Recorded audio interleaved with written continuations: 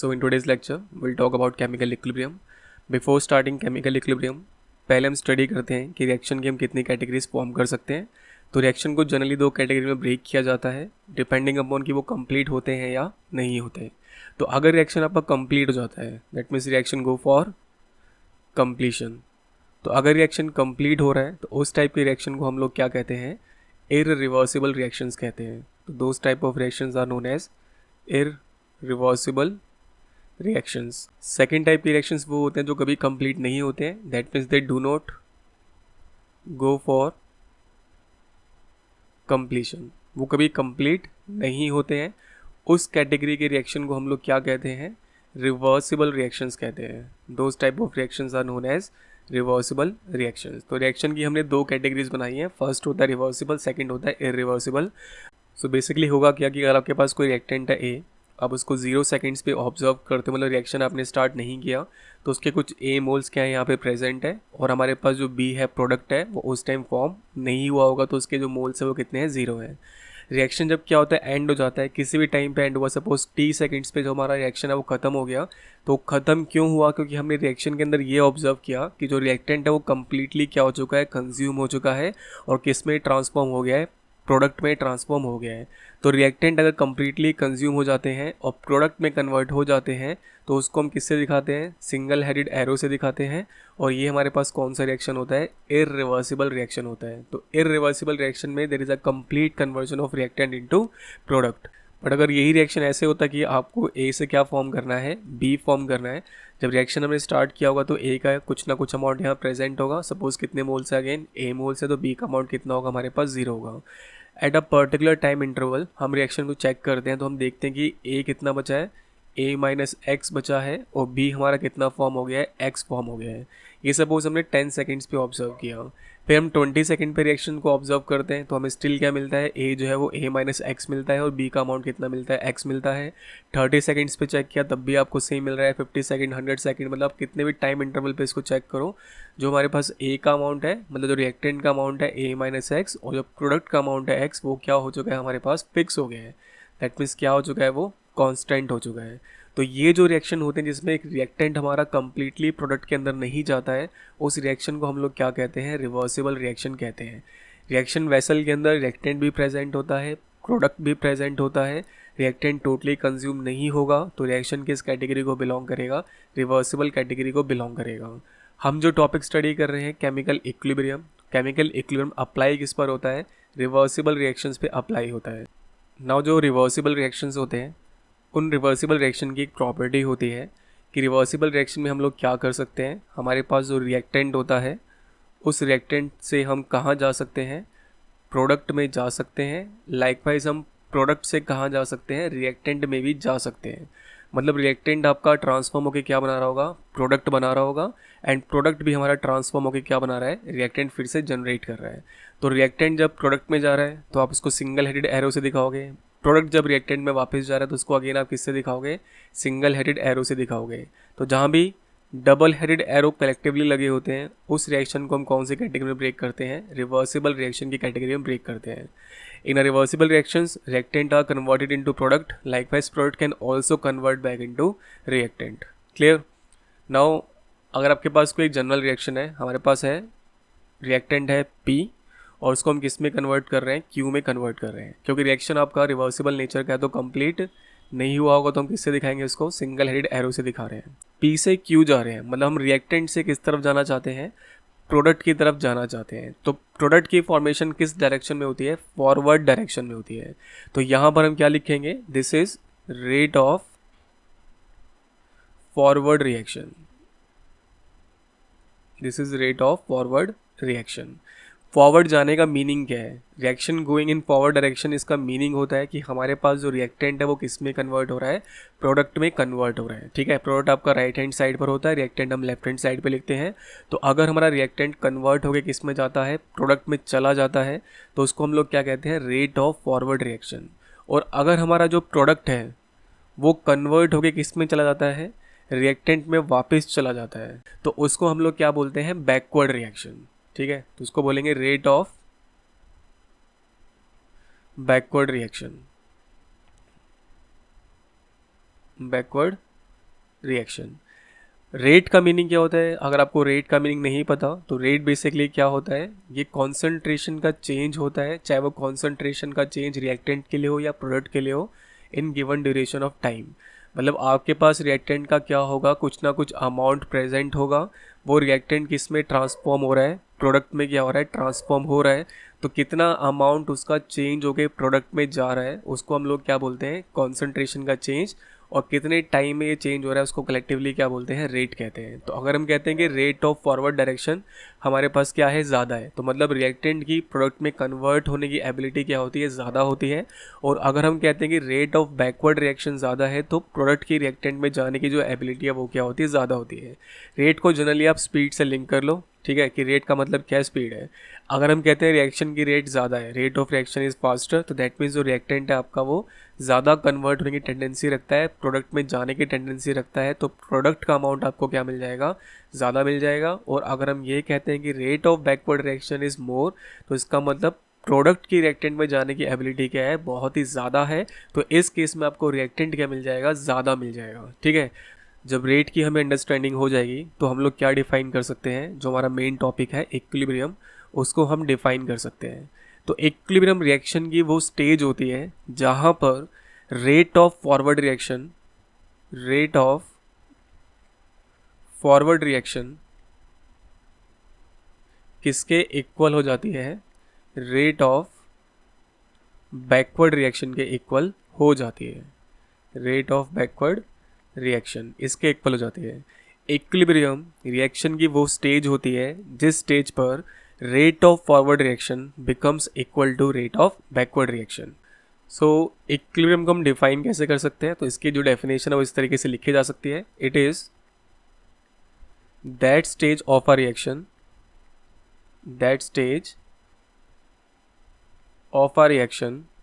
where rate of forward reaction becomes equal to rate of backward reaction। Short form मैंने rate of forward and rate of backward reaction लिख दिया है। तो equilibrium basically वो stage होती है reaction की जिस पर फॉरवर्ड जाने की जो रेट होती है वो किसके इक्वल हो जाती है, बैकवर्ड जाने के इक्वल हो जाती है। एंड जब इक्विलिब्रियम अचीव होता है तो सिस्टम की जो भी मेजरेबल प्रॉपर्टीज़ होती हैं, जैसे उसका प्रेशर हो गया, वॉल्यूम हो गया, टेम्परेचर हो गया, नंबर ऑफ मोल्स हो गए, जो भी हमारे पास मैक्रोस्कोपिक प्रॉपर्टीज़ होती हैं, all those properties become constant. वो सारी की सारी प्रॉपर्टीज़ क्या होती हैं, कांस्टेंट हो जाती है, ठीक है। मतलब ना प्रेशर में चेंज आएगा, ना वॉल्यूम में चेंज आएगा, ना टेम्परेचर चेंज होगा, ना नंबर ऑफ मोल्स आपके चेंज होंगे, सब चीज़ें क्या होती हैं, हमारी कांस्टेंट हो जाती हैं। तो वो जो स्टेज हमारे पास होती है उस स्टेज का नाम क्या होता है, इक्विलिब्रियम होता है।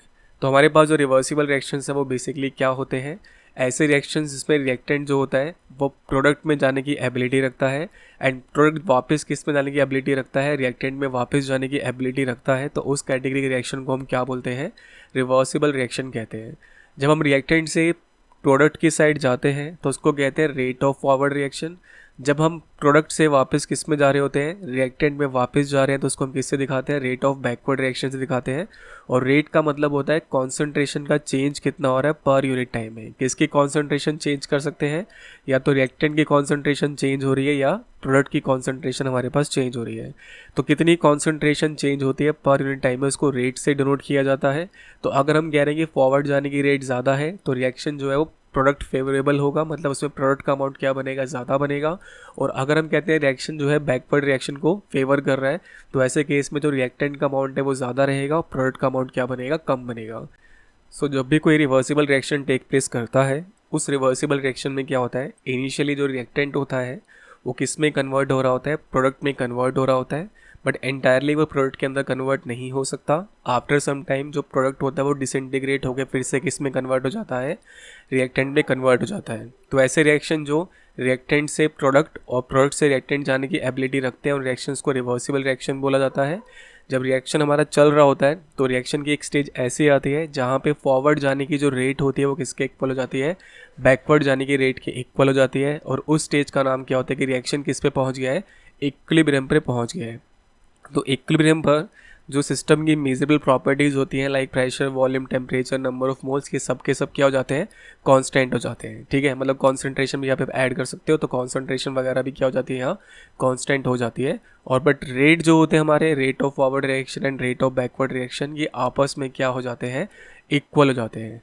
याद रखिए, मैं रेट ऑफ फॉरवर्ड रिएक्शन और रेट ऑफ बैकवर्ड रिएक्शन को कांस्टेंट नहीं बोल रहा हूँ, उसको मैं कह रहा हूँ कि इक्वल हो जाते हैं। बाकी जितनी भी प्रॉपर्टीज़ होती हैं, pressure, volume, temperature, number of mole, concentration वगैरह वगैरह, वो सब क्या होती हैं, कांस्टेंट हो जाती हैं। तो उस स्टेज का नाम क्या होता है, इक्विलिब्रियम होता है। क्लियर? इक्विलिब्रियम को समझने के लिए एक बहुत सिंपल एनालॉजी हमारे पास है कि अगर हमारे पास कोई पर्सन है और वो किसी एस्केलेटर पे खड़ा है, पर्सन का नाम क्या है, साइंस गाय है। पर्सन का नाम है साइंस गाय और वो किस पे खड़ा हुआ है, एस्केलेटर पे खड़ा हुआ है।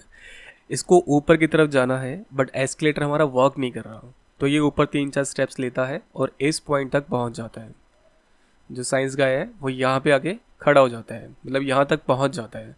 उसको ऊपर की तरफ जाना है तो वो स्टेप्स को चढ़ता हुआ कहाँ जा रहा है, ऊपर की तरफ जा रहा है। जैसे ही वो इस वाले स्टेप पे पहुँचता है, जो एस्केलेटर है वो काम करने लग जाता है, बट एस्केलेटर किस तरफ जा रहा है, डाउनवर्ड डायरेक्शन में जा रहा है। और एस्केलेटर की डाउनवर्ड जाने की जो स्पीड है वो कितनी है, 5 मीटर पर सेकेंड है। अगर साइंस गाय की ऊपर जाने की जो स्पीड है वो भी 5 मीटर पर सेकेंड है, तो ऐसे केस में आपको क्या लगता है कि जो साइंस गाय है, क्या वो अपनी इस पोजीशन को चेंज कर पाएगा?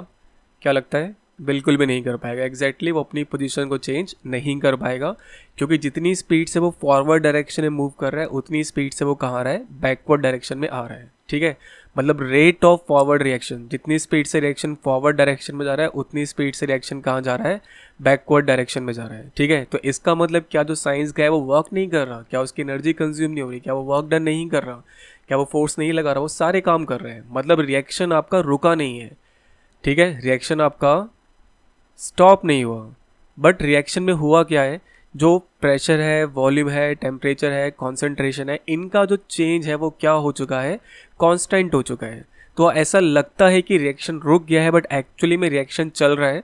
बट रिएक्शन की जो फॉरवर्ड जाने की स्पीड है वो किसके इक्वल हो जाती है, बैकवर्ड जाने की स्पीड के इक्वल हो जाती है। तो नॉर्मल पर्सन को लगता है कि रिएक्शन क्या हो चुका है, स्टॉप हो चुका है, बट इन रियलिटी रिएक्शन रुका नहीं है, reaction is still continuing, still going on. Reaction में बस हो क्या रहा है कि जितना हमारा कॉन्सेंट्रेशन चेंज फॉरवर्ड डायरेक्शन में हो रहा है उसी को काउंटर करके कहाँ ले जाया जा रहा है, बैकवर्ड डायरेक्शन में लेके जाया जा रहा है। तो ओवरऑल जो कॉन्सेंट्रेशन हमारी वो क्या हो जाती है, कांस्टेंट हो जाती है। ठीक है, तो जब भी इक्विलिब्रियम आता है, सिस्टम की measurable property like pressure, volume, temperature, concentration, number of moles, जितनी मेजरेबल प्रॉपर्टीज़ हैं वो सारी की सारी प्रॉपर्टीज़ क्या हो जाती हैं, कांस्टेंट हो जाती हैं।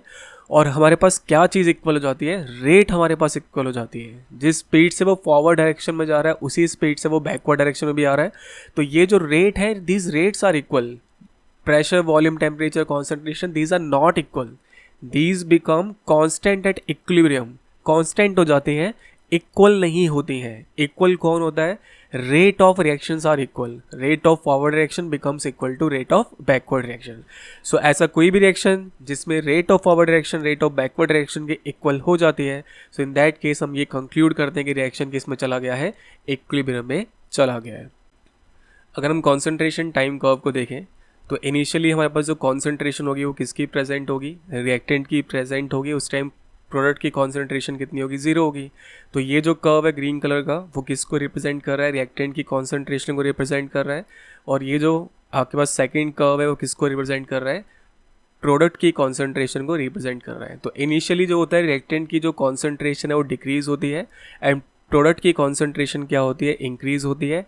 तो रिएक्शन में एक ऐसा पॉइंट आता है जहाँ पर हमारे पास जो कॉन्सेंट्रेशंस होती हैं दोनों की वो क्या हो जाती हैं, कांस्टेंट हो जाती है। तो ये जो कांस्टेंट वाला पॉइंट आता है वो कब आता है, जब रिएक्शन किस में पहुंच जाता है, इक्विलिब्रियम में पहुंच जाता है। तो इक्विलिब्रियम में हम ये बिल्कुल भी नहीं कह रहे हैं कि जो हमारे पास कॉन्सेंट्रेशन है रिएक्टेंट की एंड प्रोडक्ट की वो इक्वल हो गई है।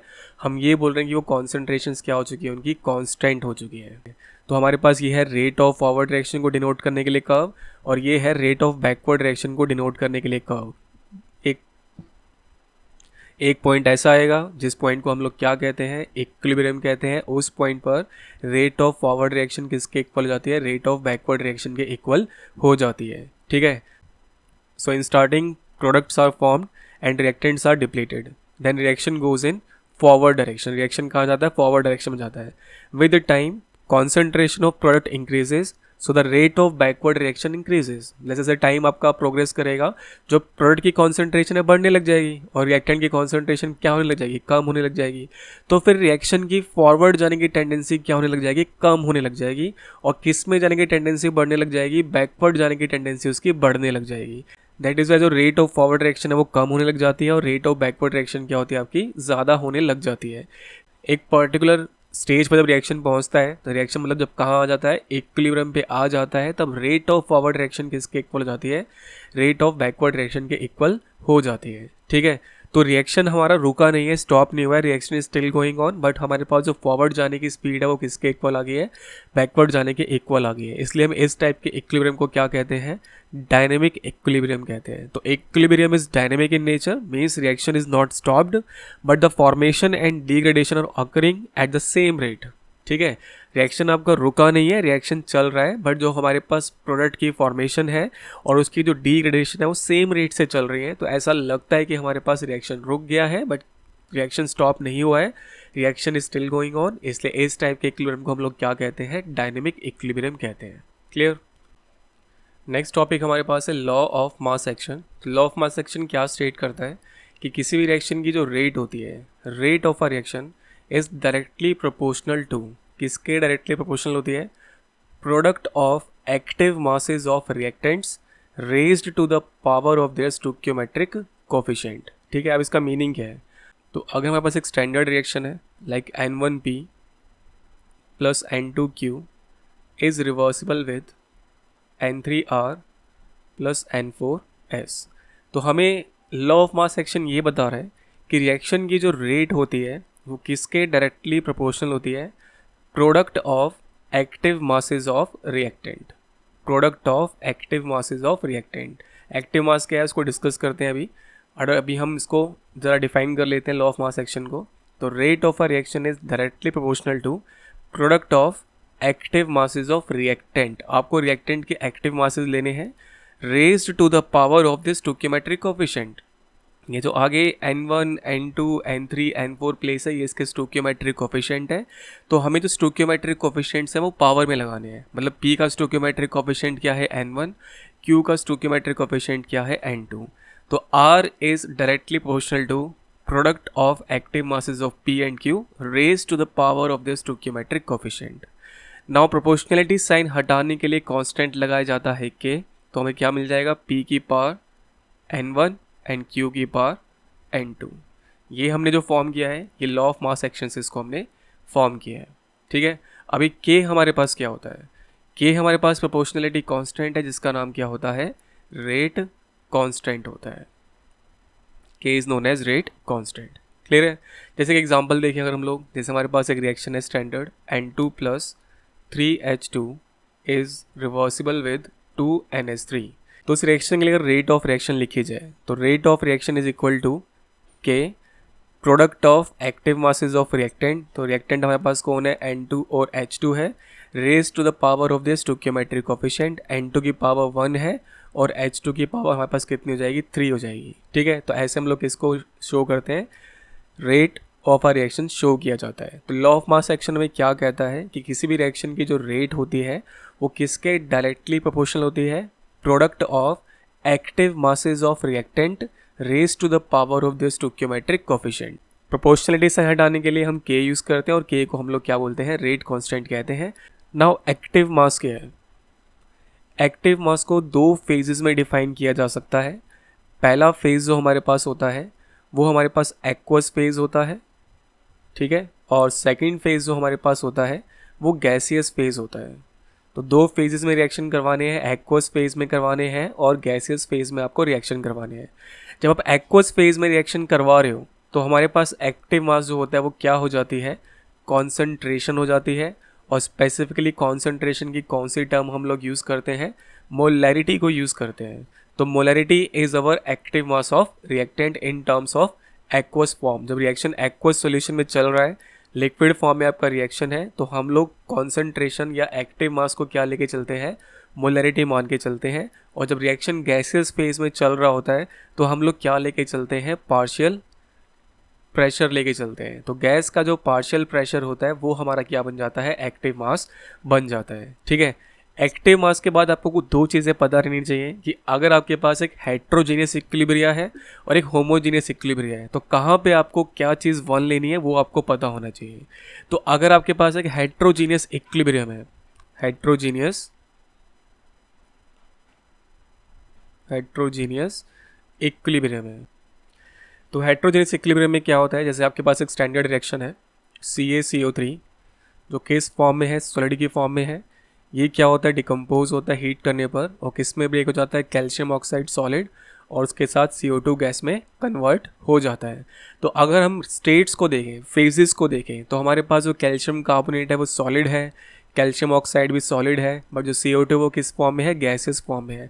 तो जब हमारे पास रिएक्टेंट एंड प्रोडक्ट के फेजेस अलग अलग होते हैं, अलग अलग स्टेट्स में रहते हैं, तो उस टाइप के इक्विलिब्रियम को क्या बोला जाता है, हेट्रोजीनियस इक्विलिब्रियम बोला जाता है। मतलब रिएक्टेंट और उसके साथ प्रोडक्ट, उनका जो फेज़ है वो क्या होना चाहिए, डिफरेंट होना चाहिए, उनका फेज़ डिफरेंट होना चाहिए।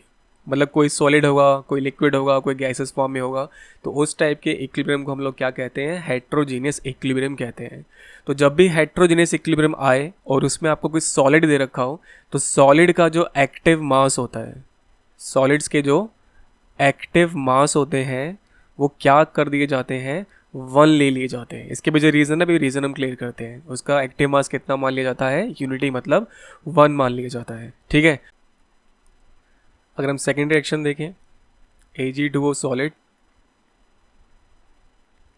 प्लस में 2HCl aqueous is reversible with 2AgCl plus में H2O लिक्विड।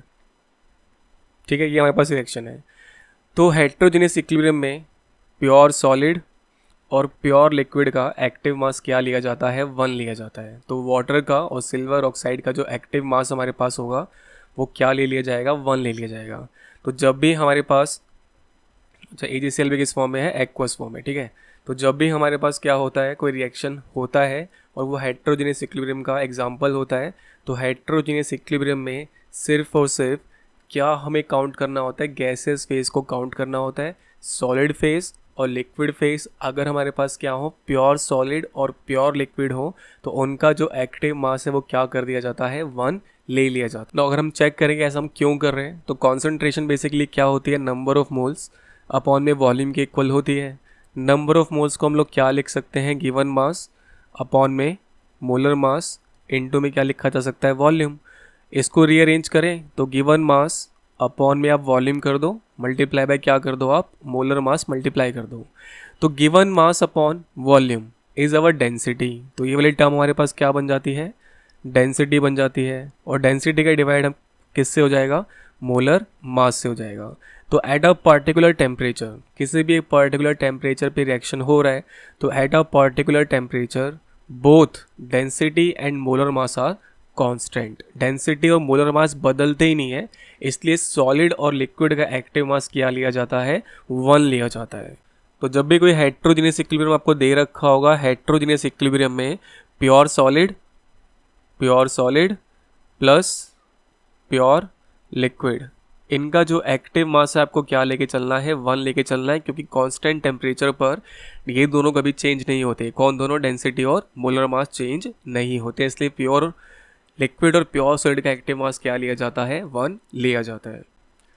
बट जब हमारे पास होमोजीनियस इक्विलिब्रियम होता है, होमोजीनियस इक्विलिब्रियम, होमोजीनियस का मीनिंग क्या है कि हमारे पास जो रिएक्टेंट है और जो प्रोडक्ट है उनका जो फेज़ है वो क्या है, सेम है, सेम फेज़ में रहते हैं। मतलब सॉलिड हैं सबके सब, लिक्विड हैं या सबके सब गैसेस हैं। तो रिमेंबर, अगर आपके पास हेट्रोजीनियस इक्विलिब्रिया है या होमोजीनियस इक्विलिब्रिया है, तो इन दैट केस जो आपके पास प्योर सॉलिड्स होते हैं उनका एक्टिव मास हमेशा कितना लेते हैं, हम 1 लेते हैं। बट जब होमोजीनियस इक्विलिब्रियम हम प्योर लिक्विड को देखते हैं तो उसका एक्टिव मास हम 1 नहीं लेंगे। ठीक है, do not consider active mass of pure liquid unity. उसका एक्टिव मास आपको 1 नहीं लेना है। जैसे हमारे पास एग्जांपल है, कोई P लिक्विड है, उसके साथ कोई Q लिक्विड है, ये रिवर्सिबल हो गया किसके साथ, आर लिक्विड के साथ रिवर्सिबल है। तो हमारे पास जो फेज़ है वो एक जैसा है, ये भी लिक्विड है, ये भी लिक्विड है, ये भी लिक्विड है। तो रिएक्शन किस कैटेगरी का है, होमोजीनियस इक्विलिब्रियम कैटेगरी का है। तो जब होमोजीनियस सेटअप हमारे पास होता है तो उसमें जो हमारे पास प्योर लिक्विड्स होते हैं उनका जो एक्टिव मास है वो यूनिटी नहीं लिया जाएगा, ठीक है, उनका जो एक्टिव मास है वो आप काउंट करोगे। नेक्स्ट टर्म हमारे पास है इक्विलिब्रियम कांस्टेंट, जो क्या होती है, या तो वो Kc से रिप्रेजेंट होती है या वो किससे रिप्रेजेंट करी जाती है, Kp से रिप्रेजेंट करी जाती है। तो इक्विलिब्रियम कांस्टेंट की जो रिप्रेजेंटेशन है वो Kc से हो सकती है या Kp से हो सकती है। अब इसका मीनिंग क्या है, ये रेशो होती है, ratio of rate constant of forward reaction with backward reaction. तो जैसे हमारे पास कोई रिएक्शन एग्जांपल के रिएक्टेंट है P, जो किस में कन्वर्ट हो रहा है, Q में कन्वर्ट हो रहा है। तो इस रिएक्शन का जो रेट कांस्टेंट आप निकालेंगे वो क्या आएगा, फॉरवर्ड डायरेक्शन वाला आएगा। और अगर हमारा जो प्रोडक्ट है वापस किस में कन्वर्ट हो रहा है, रिएक्टेंट में कन्वर्ट हो रहा है, मतलब रिएक्शन कहाँ जा रही है, बैकवर्ड साइड जा रही है। तो उसके लिए जो रेट आपको मिलेगा वो कैसा मिलेगा, Kb मिलेगा, बैकवर्ड डायरेक्शन का रेट मिलेगा। तो इक्विलिब्रियम कांस्टेंट क्या है जिसको हम Kc और Kp से डिनोट कर सकते हैं, वो बेसिकली रेशो होती है रेट कांस्टेंट्स की। कौन कौन से रेट कांस्टेंट, फॉरवर्ड डायरेक्शन का रेट कांस्टेंट किसके साथ, बैकवर्ड डायरेक्शन के साथ। तो ये हमारे पास क्या होता है, equilibrium constant which is represented by Kc और Kp। तो एक स्टैंडर्ड रिएक्शन लेते हैं, like again N1P plus N2Q is reversible with N3R plus N4S। तो according to law of mass action के अकॉर्डिंग अगर हम लिखें रेट ऑफ फॉरवर्ड डायरेक्शन, ये हमें पता है हम कैसे लिखते हैं, हम ये सीख के आए हैं। तो रेट ऑफ फॉरवर्ड डायरेक्शन किसके इक्वल हो जाएगा, KF एक्टिव मासेस का प्रोडक्ट, एक्टिव मासेस किसके, रिएक्टेंट के, which are P and Q which are raised to the power of the stoichiometric coefficient. तो ये हमारे पास होगी रेट ऑफ फॉरवर्ड रिएक्शन, ठीक है। अगर हम रेट ऑफ बैकवर्ड रिएक्शन लिखना चाहते हैं तो बैकवर्ड जब आ रहे हैं तो अब ये हमारे पास क्या बन जाएगा, रिएक्टेंट बन जाएगा, और ये हमारे पास क्या बन जाएंगे, प्रोडक्ट बन जाएंगे, क्योंकि रिएक्शन आपका रिवर्स आ रहा है। तो इस केस में रेट ऑफ बैकवर्ड रिएक्शन में क्या लिखोगे आप, Kb, और अब रिएक्टेंट के प्लेस पे क्या लिखा जाएगा, R लिखा जाएगा raise to the power N3, और S लिखा जाएगा raise to the power N4। हो रहा है clear. Rate of forward reaction हम बोल रहे हैं तो इसका मतलब हम कहाँ जा रहे हैं, प्रोडक्ट की साइड जा रहे हैं। तो हमारे पास रिएक्टेंट क्या माने जाएंगे, P और Q माने जाएंगे। और अगर हम बोलते हैं कि हम बैकवर्ड डायरेक्शन में आ रहे हैं, इसका मतलब हमारे पास जो रिएक्टेंट है वो R और S रिएक्टेंट की तरफ बिहेव करेंगे, तो प्रोडक्ट की तरफ बिहेव कौन करेगा, P और Q बिहेव करेंगे। तो हमने रेट ऑफ फॉरवर्ड डायरेक्शन लिख लिया, हमने रेट ऑफ बैकवर्ड डायरेक्शन लिख लिया। तो इक्विलिब्रियम पे हम लोग जानते हैं कि रेट ऑफ फॉरवर्ड डायरेक्शन किसके इक्वल होता है, रेट ऑफ बैकवर्ड डायरेक्शन के इक्वल होता है। तो रेट ऑफ फॉरवर्ड डायरेक्शन क्या है, KF P की पावर N1 एंड Q की पावर N2, ये किसके इक्वल हो जाएगी, KB R की पावर N3 एंड S की पावर N4। सो KF के डिवाइड में KB आ जाए तो फ्रंट में हमारे पास क्या आ जाएगा, R की पावर N3, S की power N4 divide bye P की पावर N1 एंड Q की पावर N2, ठीक है। तो ये जो रिप्रेजेंटेशन है KF अपॉन KB की, यही हमारी किसके इक्वल होती है, KC या KP के इक्वल होती है, ठीक है। तो ये हमारे पास इक्विलिब्रियम कांस्टेंट को दिखाने का मेथड होता है। तो अगर हम रिएक्शन लें एग्जांपल के लिए, N2 gas plus 3H2 gas is reversible with 2NH3 gas, ठीक है। इसके लिए हमें इक्विलिब्रियम कांस्टेंट लिखना है। तो गैसेस को हम कॉन्सेंट्रेशन के टर्म में भी लिख सकते हैं और प्रेशर के टर्म्स में भी लिख सकते हैं। तो अगर हम पहले इसको कॉन्सेंट्रेशन के टर्म में लिखें तो हम क्या लिखेंगे, KC, C किसके लिए, कॉन्सेंट्रेशन के लिए है। दिस इज इक्वल टू, आपको ऊपर क्या रखना है, प्रोडक्ट रखना है। तो प्रोडक्ट हमारे पास क्या है, NH3 है, जिसकी पावर हमारे पास क्या आ जाएगी, 2 आ जाएगी, स्टोइकियोमेट्रिक कोएफिशिएंट क्योंकि 2 था। नीचे हमारे पास रिएक्टेंट आएंगे, तो रिएक्टेंट कौन है, N2 की पावर 1 एंड H2 की पावर हमारे पास कितनी आ जाएगी, 3 आ जाएगी। तो ऐसे हम इसका KC लिख सकते हैं। और अगर इसको KP की टर्म्स में लिखना हो तो हम लिखेंगे पार्शियल प्रेशर ऑफ NH3 की whole twice divide by partial pressure of N2 की power 1 and partial pressure of H2 की पावर 3, ठीक है। अगर एक और रिएक्शन का एग्जांपल लें, N2 gas plus O2 gas is reversible with 2NO gas। तो इसके लिए हम क्या लिख सकते हैं, KC भी लिख सकते हैं और KP भी लिख सकते हैं। तो अगर हम पहले KC लिखना चाहें तो ऊपर आएगा प्रोडक्ट विच इज़ NO और NO की पावर 2 डिवाइड बाय रिएक्टेंट कौन है, N2 है और उसके साथ कौन है, O2 है। इसको KP की टर्म्स में लिखा जा सकता है, तो पार्शियल प्रेशर ऑफ NO की power 2 divide by partial pressure of N2 and partial pressure of O2। तो इस तरीके से हम KC और KP को रिप्रेजेंट करते हैं। Next we have relation between KP and KC। तो एक स्टैंडर्ड इक्वेशन लेते हैं, N1P plus N2Q is reversible with N3R plus N4S। तो पहले हम इसके लिए क्या लिखते हैं, KC लिखते हैं। तो KC की रिप्रेजेंटेशन कैसे है, ऊपर क्या आएंगे हमारे पास प्रोडक्ट, तो R की पावर N3, S की power N4 divide bye P की पावर N1 एंड Q की पावर N2। ये हमारे पास KC की रिप्रेजेंटेशन है। नाउ अगर इसको हम KP के टर्म्स में लिखें तो KP किसके इक्वल हो जाएगा, पार्शियल प्रेशर ऑफ R की power N3 partial pressure of S की power N4 divide by partial pressure of P की power N1 and partial pressure of Q की power N2। Clear. Now according to ideal gas equation, according to ideal gas equation जो क्या state करती है कि PV किसके equal होता है, nRT के इक्वल होता है। तो अगर हम वॉल्यूम को n के साथ डिवाइड कर दें तो हमें क्या मिल जाएगा, प्रेशर इक्वल टू N/V/RT, ये हमें मिल जाएगा। ठीक है, pressure equal to N/V/RT। Now N/V क्या है, मोल्स अपॉन वॉल्यूम क्या चीज़ होती है, इट इज़ कॉन्सेंट्रेशन। ओके, तो हमारे पास जो प्रेशर है, this pressure can be written as concentration multiply by R multiply by T, where R is universal gas constant and T हमारे पास क्या होता है, टेम्परेचर होता है। ठीक है यहाँ तक।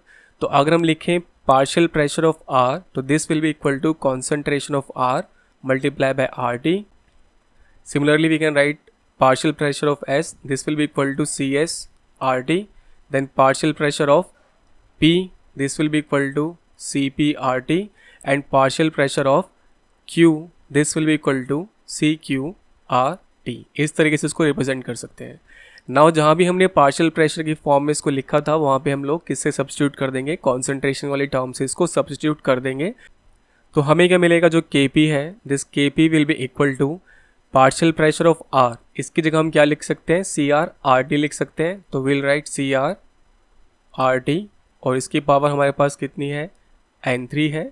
Likewise partial pressure of S क्या लिखा जा सकता है, CS RT, जिसकी पावर हमारे पास क्या है, N4 है, डिवाइडेड बाय हमारे पास आ जाएगा CP RT की power N1 and CQ RT की power N2। So now KP किसके इक्वल हो जाएगा, KP will be equal to CR की पावर N3 CS की power N4 divide by CP की पावर N1 एंड CQ की power N2, और इसके साथ क्या जाएगा RT, जो कितनी पावर ऑब्टेन कर लेगा, N3 प्लस N4 माइनस में N1 प्लस N2। ठीक है, सिंपल मैथमेटिक्स से आपको आनी चाहिए। तो ये जो पूरी टर्म है, दिस होल टर्म, जहाँ पे हमने कॉन्सेंट्रेशन की टर्म में सब कुछ लिख दिया, ये पूरी टर्म हमारे पास क्या बन जाएगी, this term will become KC, जो किसके इक्वल है, KP। Then we have RT, और RT की पावर क्या हो जाएगी, डेल्टा NG। तो ये हमारे पास रिलेशन होता है, KP किसके इक्वल होता है, KC RT डेल्टा NG, जहाँ पे डेल्टा NG क्या है, डेल्टा NG हमारे पास है टोटल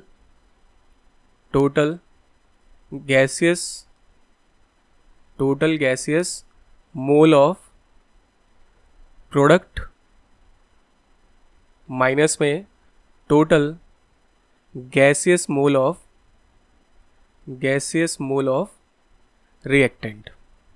ये हमारे पास क्या होता है, डेल्टा NG होता है। क्लियर है। तो ये रिलेशन है KP equal to KC RT delta NG, जहाँ पे R हमारे पास यूनिवर्सल गैस कांस्टेंट होता है, T टेम्परेचर होता है, और डेल्टा NG क्या होता है, total gases mole of product minus में total gases mole of reactant.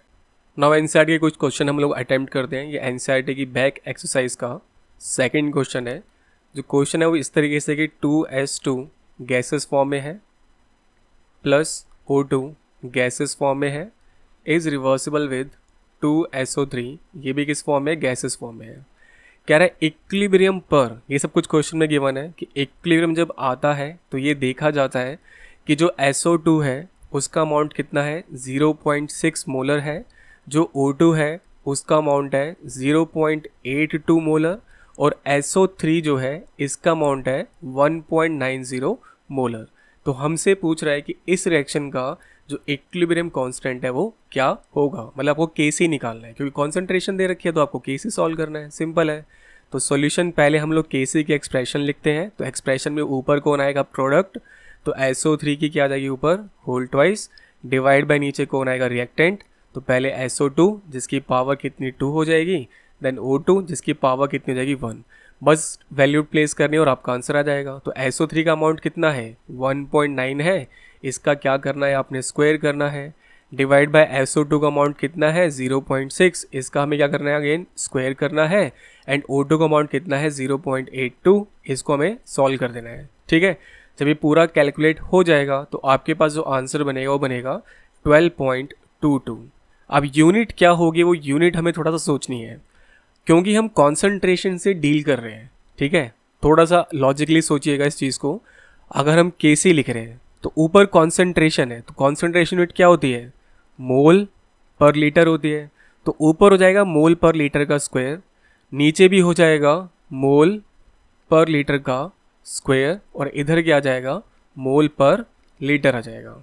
ठीक है, इसके लिए आ जाएगा मोल पर लीटर, SO3 के लिए आ जाएगा मोल पर लीटर का स्क्वायर, लाइकवाइज SO2 के लिए आ जाएगा मोल पर लीटर का स्क्वायर। तो क्या चीज़ कैंसिल हो सकती है, मोल पर लीटर का square mole per litre square से कैंसिल हो जाएगा, तो आपके पास जो रिजल्ट आएगा वो क्या हो जाएगा, रिजल्ट विल बी पर मोल लीटर। तो यूनिट हमें क्या लिखनी है, यूनिट इज़ पर मोल लीटर।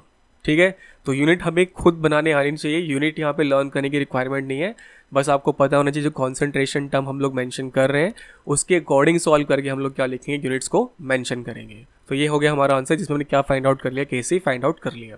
नेक्स्ट है बैक एक्सरसाइज का एनसीईआरटी का 4th क्वेश्चन है, जिसमें आपको केसी की एक्सप्रेशन लिख के दिखानी है, केसी की एक्सप्रेशन लिख के दिखानी है। और हमारे पास जो फर्स्ट इक्वेशन दे रखी है वो है 2NoCl गैसेस फॉर्म में है, is reversible with 2NO gas plus Cl2 gas. इसके लिए Kc की एक्सप्रेशन लिखनी है, तो Kc किसके इक्वल हो जाएगा, ऊपर आएंगे प्रोडक्ट, तो प्रोडक्ट कौन है, NO, तो NO की पावर 2, फिर आ जाएगा Cl2 की पावर 1, डिवाइड बाय NoCl की पावर कितनी हो जाएगी हमारे पास 2 हो जाएगी। तो ऐसे Kc रिप्रेजेंट हो जाएगा, बहुत सिंपल है। एक और एग्जाम्पल देखिए इसका, अगर हम लोग बी एग्जाम्पल देखें इसी क्वेश्चन का, वो है 2CuNO3 की होल ट्वाइस, जो किस फॉर्म में है, सॉलिड की फॉर्म में है, this is reversible with 2CuO solid plus में 4NO2 गैस प्लस में O2 गैस। ये आपको रिएक्शन दे रखा है। तो अगर हम केयरफुली देखें तो ये हेट्रोजीनियस इक्विलिब्रियम का एग्जांपल है, और हेट्रोजीनियस इक्विलिब्रियम में हम सॉलिड्स के बारे में या प्योर लिक्विड के बारे में कोई इन्फॉर्मेशन नहीं लेते हैं, क्योंकि उनका एक्टिव मास कितना होता है, 1 होता है। तो हमारे पास Kc किसके इक्वल हो जाएगा, Kc will be equal to, इसको स्किप कर देंगे, इसको स्किप कर देंगे, तो हमें सिर्फ क्या लिखना है, NO2 लिखना है और O2 लिखना है। तो राइट हैंड साइड में तो प्रोडक्ट है, तो प्रोडक्ट ऊपर लिखा जाएगा, तो NO2 की पावर 4 देन O2 की पावर 1। एक और एग्जांपल देखते हैं, डी एग्जांपल है 4th क्वेश्चन का, Fe+3 एक्वस प्लस में 3OH minus aqueous is reversible with FeOH की होल थ्राइस सॉलिड। ठीक है, तो किसका एक्टिव मास आपको 1 कर देना है, इसका एक्टिव मास आपको 1 कर देना है। तो Kc किसके इक्वल हो जाएगा, इसका तो एक्टिव मास 1 हो चुका है, तो ऊपर हम क्या लिख देंगे 1 डिवाइड बाय Fe+3, और उसके साथ क्या जाएगा OH माइनस, और इसके पास क्या आ जाएगी, थ्राइस पावर आ जाएगी। तो ऐसे हम लोग क्या कर सकते हैं, Kc की टर्म में किसी भी चीज़ को रिप्रेजेंट कर सकते हैं। नेक्स्ट है 5th क्वेश्चन एनसीईआरटी का, जिसमें आपको इक्वेशन गिवन है 2NoCl गैसेस फॉर्म में है, this is reversible with 2NO gas plus में Cl2 गैस।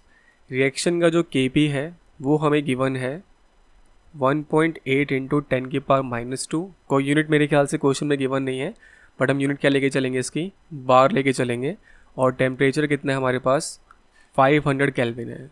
और हमसे कह रहे हैं बताओ केसी कितना होगा, इस रिएक्शन का केसी कितना है। तो सॉल्यूशन में हम सबसे पहले क्या करेंगे, डेल्टा एन जी निकाल लेते हैं। तो डेल्टा एन जी हम लोग कैसे निकालेंगे, total gaseous moles of product, तो प्रोडक्ट में कितने हैं 2 + 1 कितने हैं 3 है, माइनस में total gaseous mole of reactant, तो रिएक्टेंट के कितने मोल हैं 2, तो डेल्टा एन जी कितना आ गया आपके पास, सॉल्व करके 1 आ गया। ना रिलेशन हमारे पास क्या होता है कि के पी किसके इक्वल होता है, के सी आर टी की पावर डेल्टा एन जी। ठीक है, तो हम क्या करें, वैल्यू प्लेस कर दें। तो के पी के प्लेस पे कितनी वैल्यू डालेंगे, 1.8 × 10⁻², किस में है, ये बार में है। इसके डिवाइड में क्या आ जाएगा, आर टी की पावर डेल्टा एन जी। ठीक है, तो आर टी हमारे पास कितना है, आर हमारे पास होता है 0.0831 और साथ में जो यूनिट है वो होती है लीटर बार पर केल्विन पर मोल, मल्टीप्लाई बाय टेम्परेचर हमारे पास कितना है 500 केल्विन है, और इसकी पावर डेल्टा एन जी मतलब कितनी है 1 है। ये हमारा किसके इक्वल हो जाएगा, के सी के इक्वल हो जाएगा। Now we can clearly see that कि बार से बार आपका सॉल्व हो जाएगा, केल्विन से हमारा केल्विन सॉल्व हो जाएगा। जब इसको हम कैलकुलेट करेंगे तो आंसर बनेगा 0.043 इनटू में 10⁻²। ये केसी का आंसर आएगा। और यूनिट हमारे पास क्या हो जाएगी, इससे क्या बचा है लीटर, एंड पर मोल नीचे की तरफ है तो पर मोल ऊपर आएगा तो मोल हो जाएगा, और लीटर ऊपर आएगा तो क्या हो जाएगा, पर लीटर हो जाएगा। तो ये हमारा आंसर रहेगा, केसी किसके इक्वल आ जाएगा 0.043 इंटू 10⁻² मोल पर लीटर। क्लियर है, यूनिट्स पे बहुत फोकस रखना है। जो हमारे पास आर होता है यूनिवर्सल गैस कांस्टेंट, उसकी वैल्यू होती है 0.0831 लीटर बार पर केल्विन पर मोल। ठीक है, और जो हमारे पास केपी होता है, केपी की जो यूनिट है वो हमारे पास क्या होती है, बार की पावर डेल्टा एन जी। यहाँ से आप केपी यूनिट को चेक कर सकते हैं। और केसी की यूनिट हमारे पास क्या होती है, मोल पर लीटर की power delta N G. Next topic है, काफ़ी इंपॉर्टेंट है, इसमें हमें डायरेक्शन को प्रिडिक्ट करना होता है। तो प्रिडिक्टिंग डायरेक्शंस, डायरेक्शन प्रिडिक्ट करने का मतलब ये है कि रिएक्शन आपका फॉरवर्ड साइड जाएगा या बैकवर्ड साइड जाएगा। तो रिएक्शन की डायरेक्शन प्रिडिक्ट करने के लिए हमारे पास एक टर्म होती है, इस टर्म का नाम क्या होता है, रिएक्शन कोशिएंट होता है।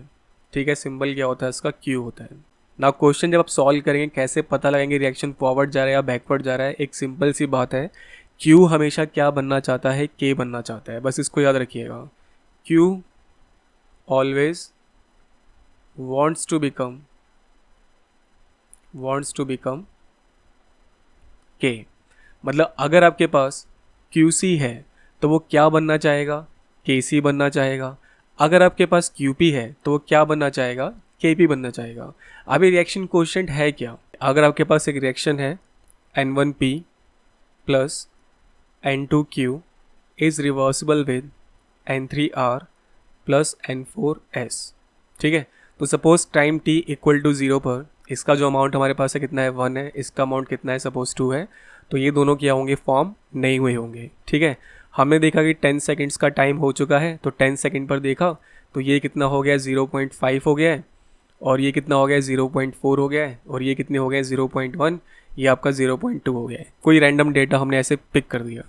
फिर हम देखा time t equal to 20 seconds पर देखा, तो 20 सेकेंड्स पर देखा तो जो P का अमाउंट है वो कितना हो गया 0.2 हो गया है, Q का जो अमाउंट है वो कितना हो गया 0.2 हो गया है, R का अमाउंट सपोज 0.8 हो गया है, और S का अमाउंट भी 0.8 हो गया है। सपोज हमने ऐसे कोई रैंडम डेटा ले रखा है और ये देखा गया कि 20 सेकेंड्स के बाद कॉन्सेंट्रेशंस नहीं बदल रही है, मतलब 20 सेकेंड पे क्या आ गया हमारे पास, इक्विलिब्रियम आ गया। तो इक्विलिब्रियम पे जो कॉन्सेंट्रेशंस की वैल्यू है वो केसी वाले फॉर्मूले में डाल के बताई जाती हैं, और इसके अलावा किसी भी अलग टाइम पर आप कॉन्सेंट्रेशन की वैल्यू लिखते हो तो वो क्यू निकलता है, मतलब QC निकलता है। मतलब अगर KC लिखना हो तो मैं इक्विलिब्रियम पे जो कॉन्सेंट्रेशन है उसको मेंशन करूंगा।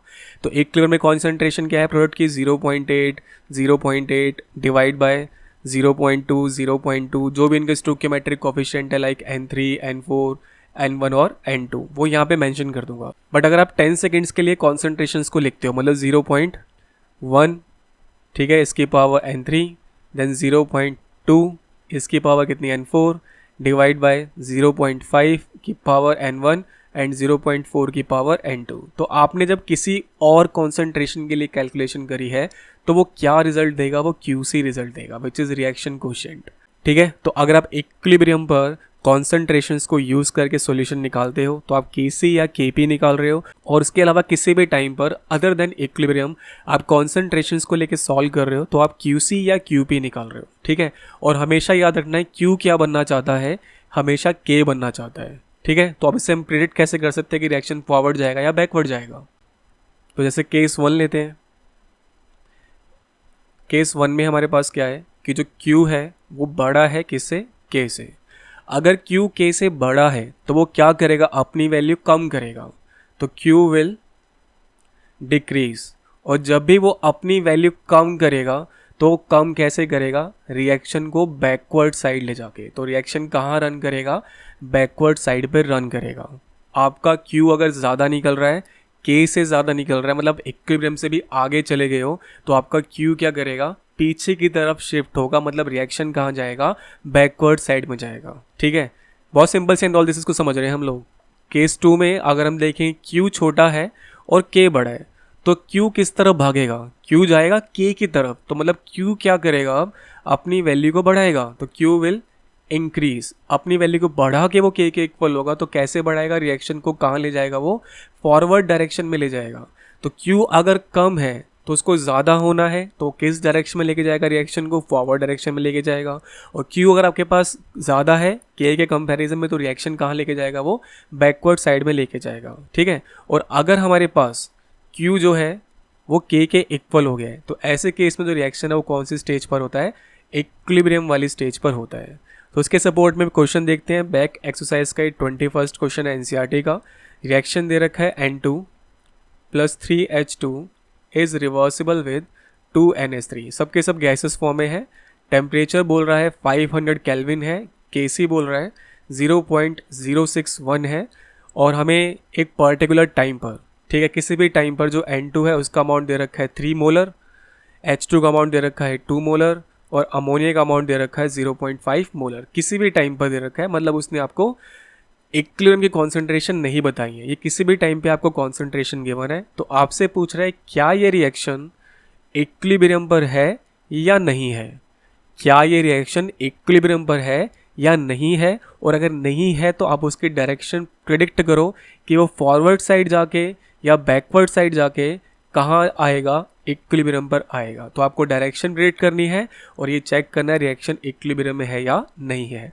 तो ऐसे किसी भी क्वेश्चन के लिए आपको क्या सॉल्व करना होता है, Q के लिए सॉल्व करना है, रिएक्शन कोएफिशिएंट के लिए सॉल्व करना है। ठीक है, तो हमारे पास Q की एक्सप्रेशन क्या बन जाएगी, ऊपर आ जाएगा हमारे पास NH3 की पावर 2 हो जाएगी, डिवाइड बाय N2, और उसके साथ क्या आ जाएगा, H2 की पावर कितनी हो जाएगी, 3।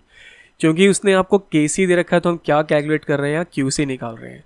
तो NH3 का अमाउंट कितना है 0.5, इसका क्या हो जाएगा स्क्वायर, डिवाइड बाय N2 का अमाउंट 3 है, और H2 का अमाउंट कितना है 2, इसका क्या हो जाएगा क्यूब। इसको जब हम कैलकुलेट करेंगे तो आंसर आएगा 0.0104, ये हमारा आंसर है। तो कौन बड़ा है, KC बड़ा है या QC बड़ा है। So we can clearly see that कि हमारा QC क्या है, छोटा आ रहा है किससे, KC से, क्योंकि KC कितना है 0.06 और आपका QC कितना निकला है 0.01। तो रिएक्शन क्या करेगा, फॉरवर्ड साइड जाएगा या बैकवर्ड साइड जाएगा। अब Q क्या करेगा, अपनी वैल्यू को बढ़ाएगा। तो वैल्यू कैसे बढ़ा सकता है, वो रिएक्शन को फॉरवर्ड साइड ले जाके। तो reaction is not in equilibrium. Equilibrium में कब आएगा, जब रिएक्शन कहाँ जाएगा, reaction will go in forward direction. Reaction कहाँ जाएगा, फॉरवर्ड डायरेक्शन में जाएगा। ठीक है, and reaction is not in equilibrium. अगर इक्विलिब्रियम पर होता तो KC किसके इक्वल आता, QC के इक्वल आता, बट क्योंकि हमारा QC छोटा है तो अभी रिएक्शन क्या होगा, फॉरवर्ड डायरेक्शन में जाएगा, तब वो वैल्यू किसके इक्वल कर पाएगा, KC के इक्वल कर पाएगा। तो इस टाइप के सिंपल क्वेश्चन होते हैं जो आपके एग्जाम में आने के चांसेस होते हैं। नेक्स्ट हमारे पास है, हमें इक्विलिब्रियम कांस्टेंट की प्रॉपर्टीज़ को स्टडी करना है। तो अगर आपके पास कोई रिएक्शन है, जैसे हमारे पास रिएक्शन है A + B is reversible with C। इस रिएक्शन के लिए जो K दे रखा है, सपोज वो कितना है 50 है। हमने कोई भी रिएक्शन एज्यूम कर लिया, उसका K कितना है 50 है। तो हमें प्रॉपर्टीज़ में ये बता रहा है कि अगर इक्विलिब्रियम रिएक्शन क्या होता है, आपका रिवर्स करा जाता है, तो K वैल्यू भी क्या हो जाती है, हमारी रिवर्स हो जाती है। मतलब इस रिएक्शन को इस फॉर्म में लिखा जाए कि C is reversible with A plus B, तो हमने रिएक्शन को उल्टा कर दिया। तो उल्टा करेंगे तो जो इक्विलिब्रियम कांस्टेंट है वो भी हमारे पास क्या हो जाएगा, रिवर्स हो जाएगा। उसकी वैल्यू कितनी हो जाएगी, अब 1/50 हो जाएगी। तो जब भी हम किसी इक्विलिब्रियम रिएक्शन को रिवर्स करते हैं उसकी के वैल्यू भी साथ साथ क्या हो जाती है, रिवर्स हो जाती है। नेक्स्ट पॉइंट में हमारे पास बोला जा रहा है कि अगर दो रिएक्शंस को हम लोग क्या करते हैं, ऐड या सब्ट्रैक्ट करते हैं, तो जिन रिएक्शंस को हम ऐड करते हैं उनके लिए के वैल्यूज़ मल्टीप्लाई हो जाती हैं, और जिन रिएक्शंस को हम सब्ट्रैक्ट करते हैं उनके लिए के वैल्यूज़ क्या होती हैं, डिवाइड हो जाती हैं। तो अगर हमारे पास रिएक्शन है A plus B is reversible with C and B plus C is reversible with D, clear. तो अगर ये दो रिएक्शंस हमारे पास गिवन है और उसका जो के है वो हमारे पास सपोज 50 है और सेकंड का जो के हमारे पास है वो कितना है, 20 है। डिफ्रेंशिएट कर लेते हैं इसको, K1 और K2 की फॉर्म में हम लोग मार्क कर देते हैं। तो अगर हम इन दोनों रिएक्शंस को क्या करते हैं, प्लस करते हैं, तो प्लस करने पर जो के वैल्यू आपको मिलेगी, प्लस करने के टाइम पे के वैल्यू क्या हो जाती है, आपस में मल्टीप्लाई हो जाती है। मतलब K1 इंटू K2 करोगे तब आपको क्या मिलेगी, के की वैल्यू मिलेगी, जब हमने दोनों रिएक्शंस को क्या कर दिया होगा, प्लस कर दिया होगा।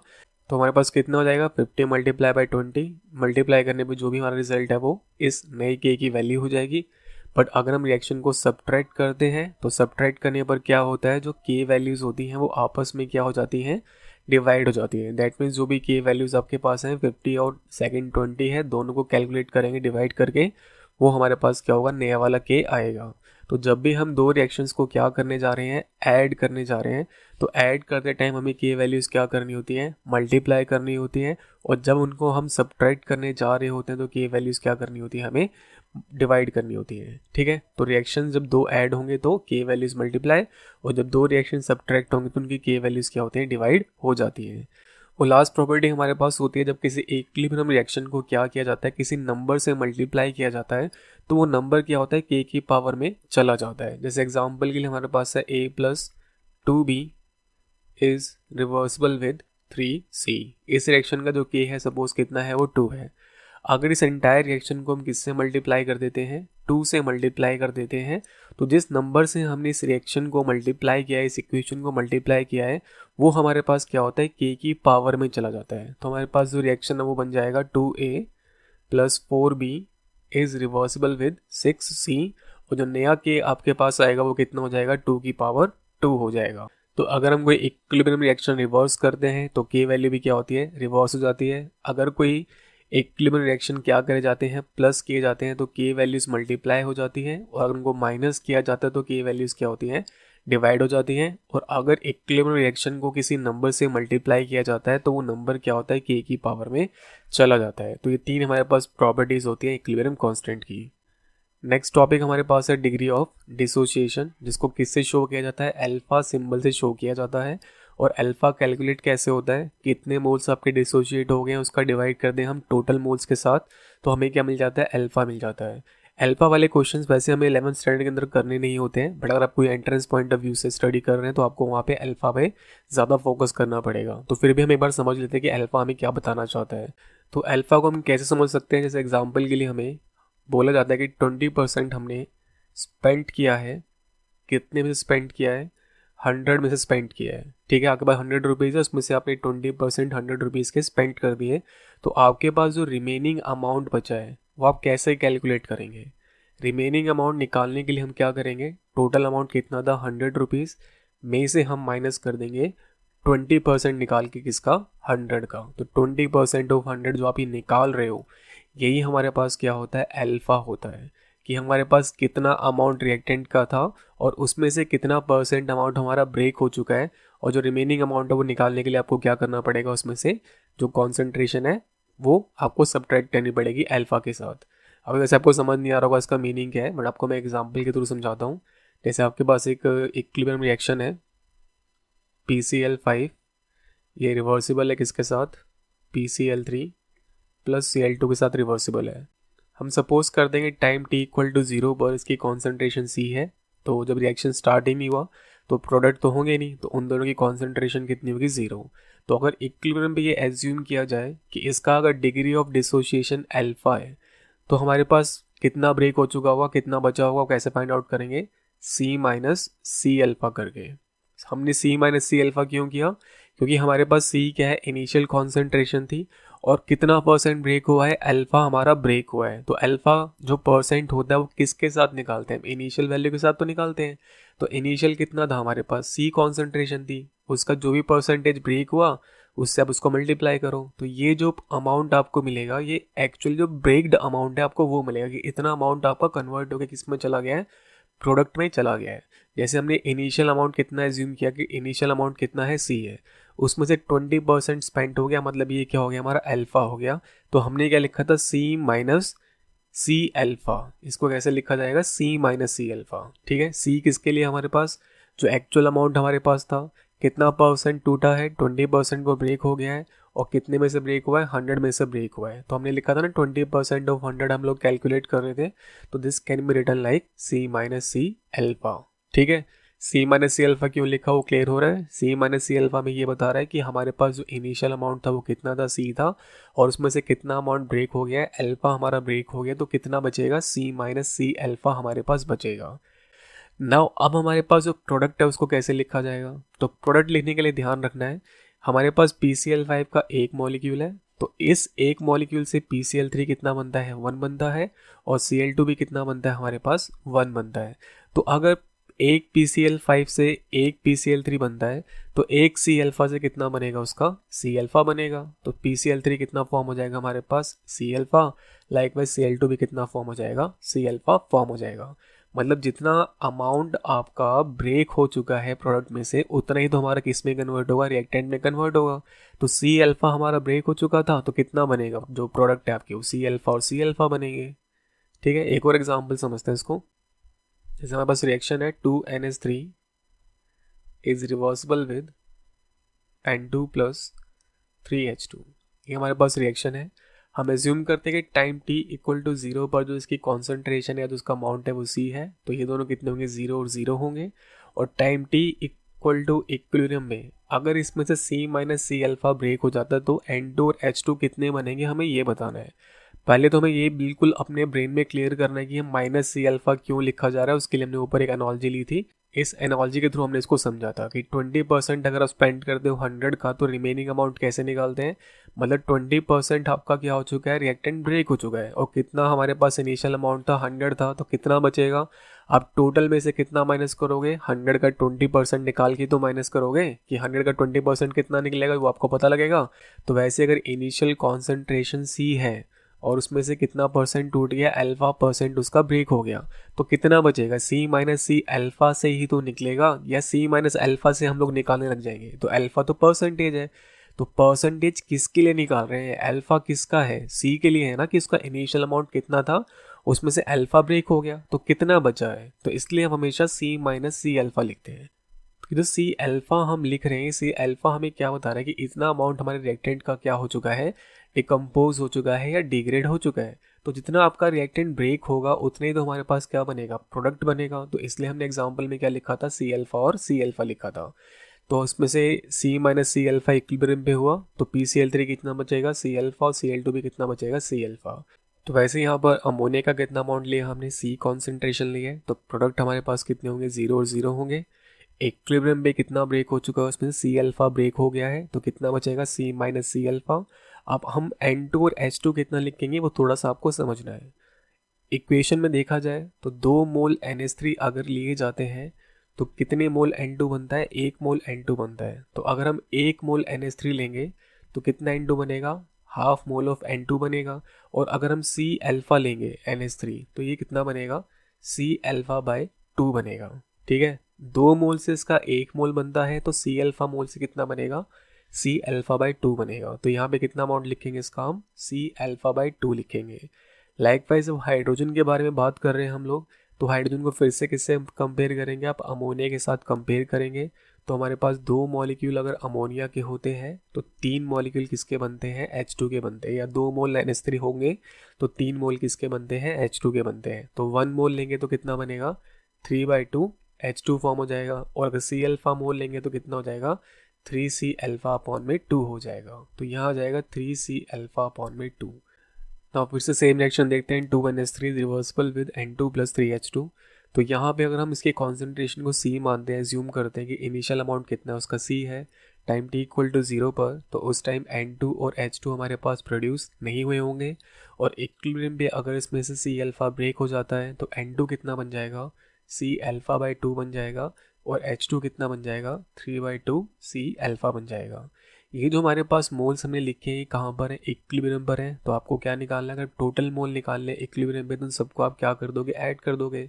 तो ऐड करने के लिए क्या करेंगे, C minus C alpha plus में C अल्फ़ा बाई 2 प्लस में 3/2 C अल्फ़ा। इनको जब कैलकुलेट आप करोगे तो आपका जो आंसर है वो कितना आ जाएगा, C प्लस C अल्फ़ा आ जाएगा, जिसके लिए हम C कॉमन कर सकते हैं। तो क्या रिजल्ट आएगा, C ब्रैकेट में 1 प्लस अल्फ़ा।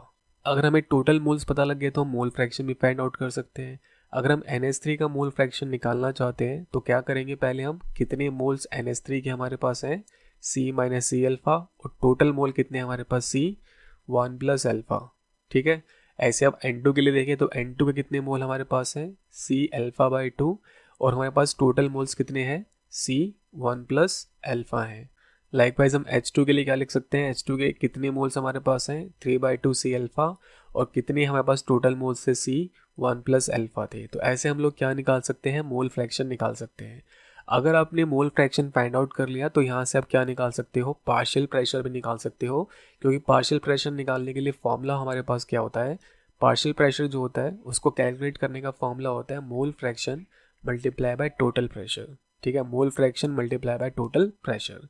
तो अगर हम सपोज पहले कॉन्सेंट्रेशन ना फाइंड आउट करके पहले हम लोग क्या फाइंड आउट कर लेते हैं, पार्शियल प्रेशर फाइंड आउट कर लें, पार्शियल प्रेशर हम लोग फाइंड आउट कर लें। तो अगर हम टोटल प्रेशर PT ले लेते हैं, ये हमारा टोटल प्रेशर है, तो फर्स्ट वाले केस में क्या हो जाएगा, C minus C alpha upon में C 1 प्लस अल्फ़ा। ये हमारे पास क्या हो गया, मोल फ्रैक्शन हो गया, दिस इज मोल फ्रैक्शन, और इसका मल्टीप्लाई किससे कर देना है, टोटल प्रेशर से। तो आपको क्या मिल जाएगा, NH3 गैस का पार्शियल प्रेशर मिल जाएगा। लाइकवाइज हम इसके लिए भी सेम वही प्रॉपर्टी कर सकते हैं कि C अल्फ़ा अपॉन में 2C 1 प्लस अल्फ़ा, और इसका मल्टीप्लाई भी किससे कर देंगे, टोटल प्रेशर से, और finally 3/2 C alpha upon C 1 plus alpha, इसका मल्टीप्लाई भी किससे कर देंगे, हम टोटल प्रेशर से कर देंगे। अल्फ़ा वाले क्वेश्चन ज़्यादा नहीं आते हैं, इसलिए आपको ज़्यादा फोकस अल्फ़ा वाले पे नहीं करना है। मोल कॉन्सेप्ट बेस्ड थोड़े ज़्यादा क्वेश्चंस रहते हैं, तो हम मोल वाले क्वेश्चंस पे ज़्यादा फोकस करेंगे। बट फिर भी आपको अल्फ़ा लिखना आना चाहिए कि अल्फ़ा के क्वेश्चंस अगर आ जाए तो उनको टैकल कैसे किया जाए। बस सबसे इंपॉर्टेंट प्रॉपर्टी हमारे पास यही है कि जो C माइनस सी अल्फ़ा लिखा जा रहा है, ये C alpha upon 3/2 C alpha लिखा जा रहा है, वो किस तरीके से हमने लिखा है बस आपको ये पता होना चाहिए। उसके बाद तो सिंपल मैथ्स, उसमें आप कोई ज़्यादा लॉजिक नहीं लगाना है। टोटल मोल्स निकालने हैं तो इक्विलिब्रियम के सारे मोल्स को आप क्या कर दो, ऐड कर दो। मोल फ्रैक्शन निकालना है तो मोल फ्रैक्शन निकालने के लिए फॉर्मूला क्या होता है, गिवन मोल्स ऊपर होते हैं, जिस भी बंदे के मोल्स हम निकाल रहे हैं, और डिवाइड किससे कर देते हैं, टोटल मोल से डिवाइड कर देते हैं। तो टोटल मोल तो हम ऑलरेडी निकाल चुके थे इक्विलिब्रियम पे कितने हैं, जिस बंदे के लिए निकालना चाहते हैं, जैसे NH3 के लिए निकाल रहे हैं, या N2 के लिए निकाल रहे हैं, या H2 के लिए निकाल रहे हैं, तो उनके मोल्स रख देंगे ऊपर और डिवाइड किससे कर देंगे, टोटल मोल के साथ। अगर आपको मोल फ्रैक्शन पता लग गया तो आप टोटल प्रेशर से मल्टीप्लाई करके क्या कैलकुलेट कर सकते हो, पार्शियल प्रेशर भी कैलकुलेट कर सकते हो। और अगर हम कॉन्सेंट्रेशन भी साथ में ऐड कर लें तो कॉन्सेंट्रेशन कैसे निकाली जाती है, मोल्स अपॉन वॉल्यूम। तो कितने मोल्स हमारे पास इक्विलिब्रियम पे, फर्स्ट हमारे पास NH3 के मोल हैं C माइनस सी अल्फ़ा, इसका डिवाइड जो भी वॉल्यूम दे रखा होगा उसके साथ कर देंगे। लाइकवाइज हमारे पास क्या होगा, C अल्फ़ा बाई 2 इंटू में V, और 3/2 C अल्फ़ा अपॉन में V। तो ऐसे हम लोग क्या निकाल सकते हैं, कॉन्सेंट्रेशन को भी कैलकुलेट कर सकते हैं। नाउ सबसे इम्पोर्टेंट चीज़ है, जब DOD गिवन ना हो, when no DOD is given, जो जनरली होगा 11th क्लास के क्वेश्चंस में, आपको DOD गिवन नहीं होगा, तो आपको क्या करना है, हमें यूज़ करनी है मोल अप्रोच। हमें मोल अप्रोच को यूज़ करना है, और मोल अप्रोच बहुत ही ईजी होती है। जैसे रिएक्शन हमारे पास एग्जाम्पल के लिए है, C2H6 गैसेस फॉर्म में है, this is reversible with C2H4 gaseous plus में H2 गैस गैसियस। ठीक है, तो अगर टाइम t इक्वल टू 0 पर हम इसके कितने मोल्स एज्यूम कर लें, A मोल्स एज्यूम कर लें, तो C2H4 और H2 कितने बने होंगे, 0 मोल्स बने होंगे, क्योंकि रिएक्शन अभी स्टार्ट हुआ नहीं है, इसलिए प्रोडक्ट का हमारे पास कुछ अमाउंट नहीं होगा, सिर्फ क्या प्रेजेंट होगा, हमारे पास रिएक्टेंट ही प्रेजेंट होगा।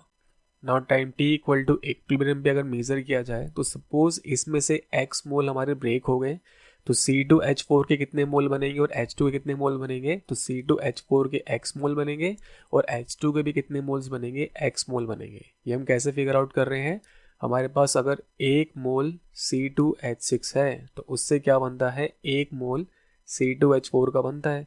तो X मोल से कितना बनेगा, इसका X बनेगा। लाइकवाइज हमने H2 के लिए लिखा था कि C2H6 का 1 मोल होता है, तो हमें क्या लगता है, 1 मोल H2 लगता है। तो वैसे ही अगर इसके X मोल ब्रेक होंगे तो इसके कितने मोल्स फॉर्म होंगे, X मोल्स ही फॉर्म होंगे। ठीक है, now this X can also be replaced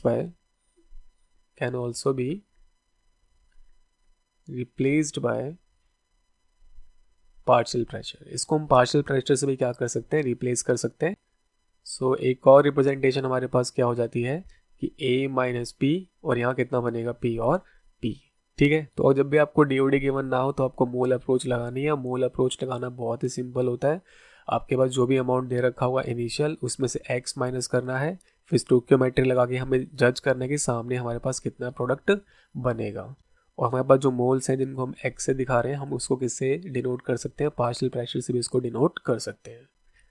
ना एक क्वेश्चन करते हैं, एनसीईआरटी की बैक एक्सरसाइज का 27th क्वेश्चन है। H2 प्लस Br2 कंबाइन होकर 2HBr बनाते हैं। एक इक्वेशन गिवन है, टेम्परेचर की यहाँ कोई रिक्वायरमेंट नहीं होती, जस्ट ऐसे एक फालतू का नंबर है। Kp दे रखा है उसने आपको 1.6 × 10⁵। इक्विलिब्रियम पे जो भी गैसेस प्रेजेंट है उनका अमाउंट कितना होगा या पार्शियल प्रेशर कितना होगा। अगर हमने इनिशियली क्या लिया है, HBr लिया है 10 बार। ठीक है, HBr का अमाउंट ले रखा है 10 बार, सील्ड कंटेनर में लिया है, मतलब वॉल्यूम हमारे पास चेंज नहीं हो रहा है। तो सॉल्व करते टाइम एक चीज़ ध्यान रखें कि जब भी हमें कोई इस टाइप की इक्वेशन गिवन होती है तो हमें क्या करना होता है, ये इंश्योर करना होता है कि एक ही रिएक्टेंट रहे। मल्टीपल प्रोडक्ट आपके पास आ जाए तो कोई इशू नहीं है, सिर्फ रिएक्टेंट आपके पास सिंगल होना चाहिए। अगर ये कॉन्सेप्ट नहीं लग रहा हो तब की बात तब सोचेंगे। अभी फ़िलहाल के लिए हमारे पास हमारा टारगेट इतना है कि एक ही सिंगल रिएक्टेंट होना चाहिए और मल्टीपल प्रोडक्ट होने चाहिए। तो रिएक्शन हमारे पास क्या है कि H2 है, उसके साथ Br2 है और वो रिवर्सिबल किसके साथ है, 2HBr के साथ रिवर्सिबल है। रिएक्शन का जो K है वो कितना दे रखा है, 1.6 × 10⁵ दे रखा है। अब मैं ऐसा क्यों बोल रहा हूँ कि हमें सिंगल रिएक्टेंट चाहिए, क्योंकि अगर जब मल्टीपल रिएक्टेंट आते हैं और दोनों ही ब्रेक हो रहे होते हैं तो ऐसे केस में ढूंढना पड़ता है कि लिमिटिंग कौन है। तो जो लिमिटिंग का कॉन्सेप्ट है थोड़ा सा हाई स्टैंडर्ड हो जाता है, इसलिए वो 11th क्लास में इंट्रोड्यूस नहीं किया जाता। आपको तो सिंपली क्या करना है, अगर आपको इस टाइप का रिएक्शन दिख रहा है आप रिएक्शन को फ्लिप करो। इस रिएक्शन को फ्लिप करेंगे तो क्या बन जाएगा, 2HBr reversible with H2 plus Br2। ठीक है, रिएक्शन फ्लिप हो गया।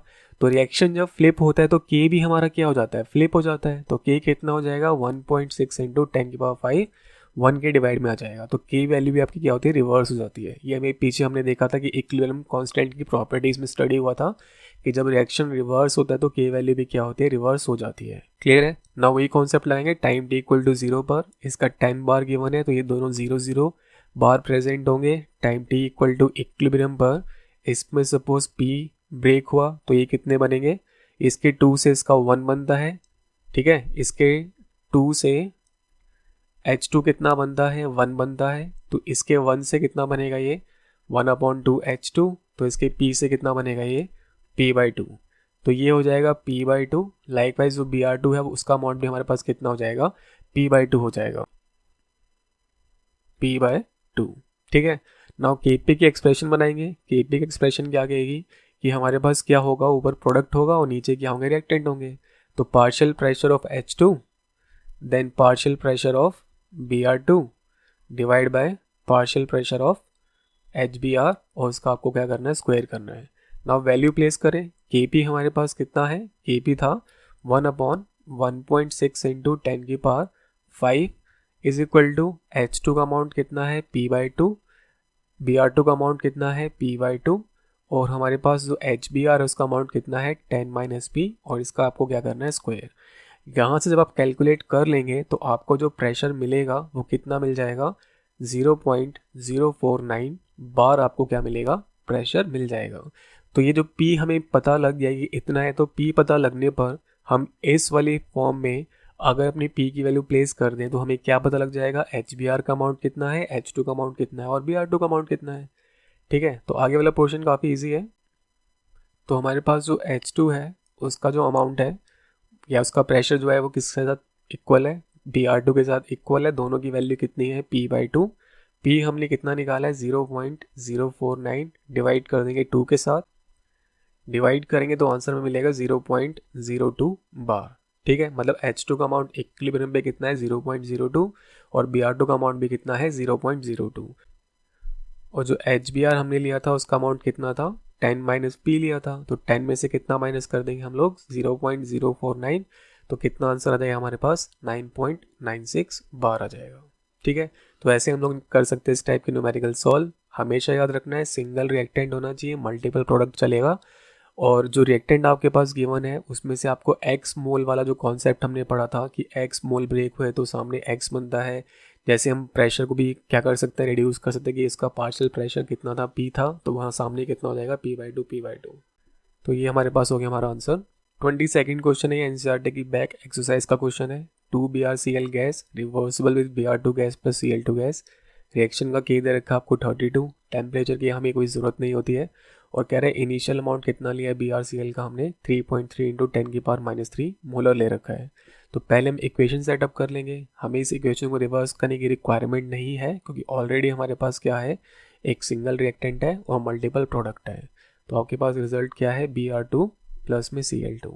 कॉन्सेप्ट वही लगेगा टाइम t = 0 पर। इसका अमाउंट अब दे रखा है 3.3 × 10⁻³ मोलर, इतना अमाउंट लिया है, तो Br2 और Cl2 कितने बनेंगे 0 बने होंगे। इक्विलिब्रियम पर अगर इसमें से 3.3 × 10⁻³ में से x अमाउंट ब्रेक हो गया तो Br2 और Cl2 कितने बनेंगे, इसके 2 से इसका क्या बनता है 1 बनता है, तो 1 से कितना बनेगा 1/2। फिर से एक बार आराम से देख लीजिए, 2BrCl था, इसके 2 से 1 मोल किसका बनता है Br2 का बनता है, तो इसके 1 मोल से कितना बनेगा 1/2 Br2 बनेगा, तो उसके x मोल से कितना बनेगा x/2 Br2 बनेंगे। ठीक है, तो यहाँ आ जाएगा x/2, लाइकवाइज Cl2 भी कितना हो जाएगा x/2। नाउ Kc के एक्सप्रेशन में डाल देंगे, Kc एक्सप्रेशन हमारे पास क्या बनेगी Br2 then Cl2 then BrCl, और इसका क्या करना पड़ेगा स्क्वायर, वैल्यू सब्स्टिट्यूट करें। आपको Kc कितना गिवन है 32 गिवन है, देन हमारे पास Br2 का अमाउंट कितना है x/2, देन हमारे पास Cl2 का अमाउंट कितना है x/2, डिवाइड बाय हमारे पास BrCl का अमाउंट कितना है 3.3 × 10⁻³ x, और इसका क्या करना है आपको स्क्वायर।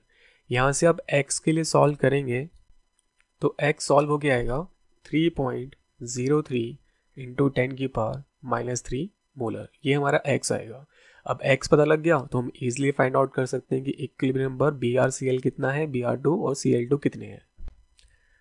तो हमारे पास जो Br2 का अमाउंट है वही अमाउंट Cl2 का भी है, जो कितना था x/2 था, तो 3.03 इंटू में 10⁻³ का डिवाइड 2 से करेंगे तो रिजल्ट आपको क्या मिलेगा 1.51 इंटू 10⁻³ मोलर।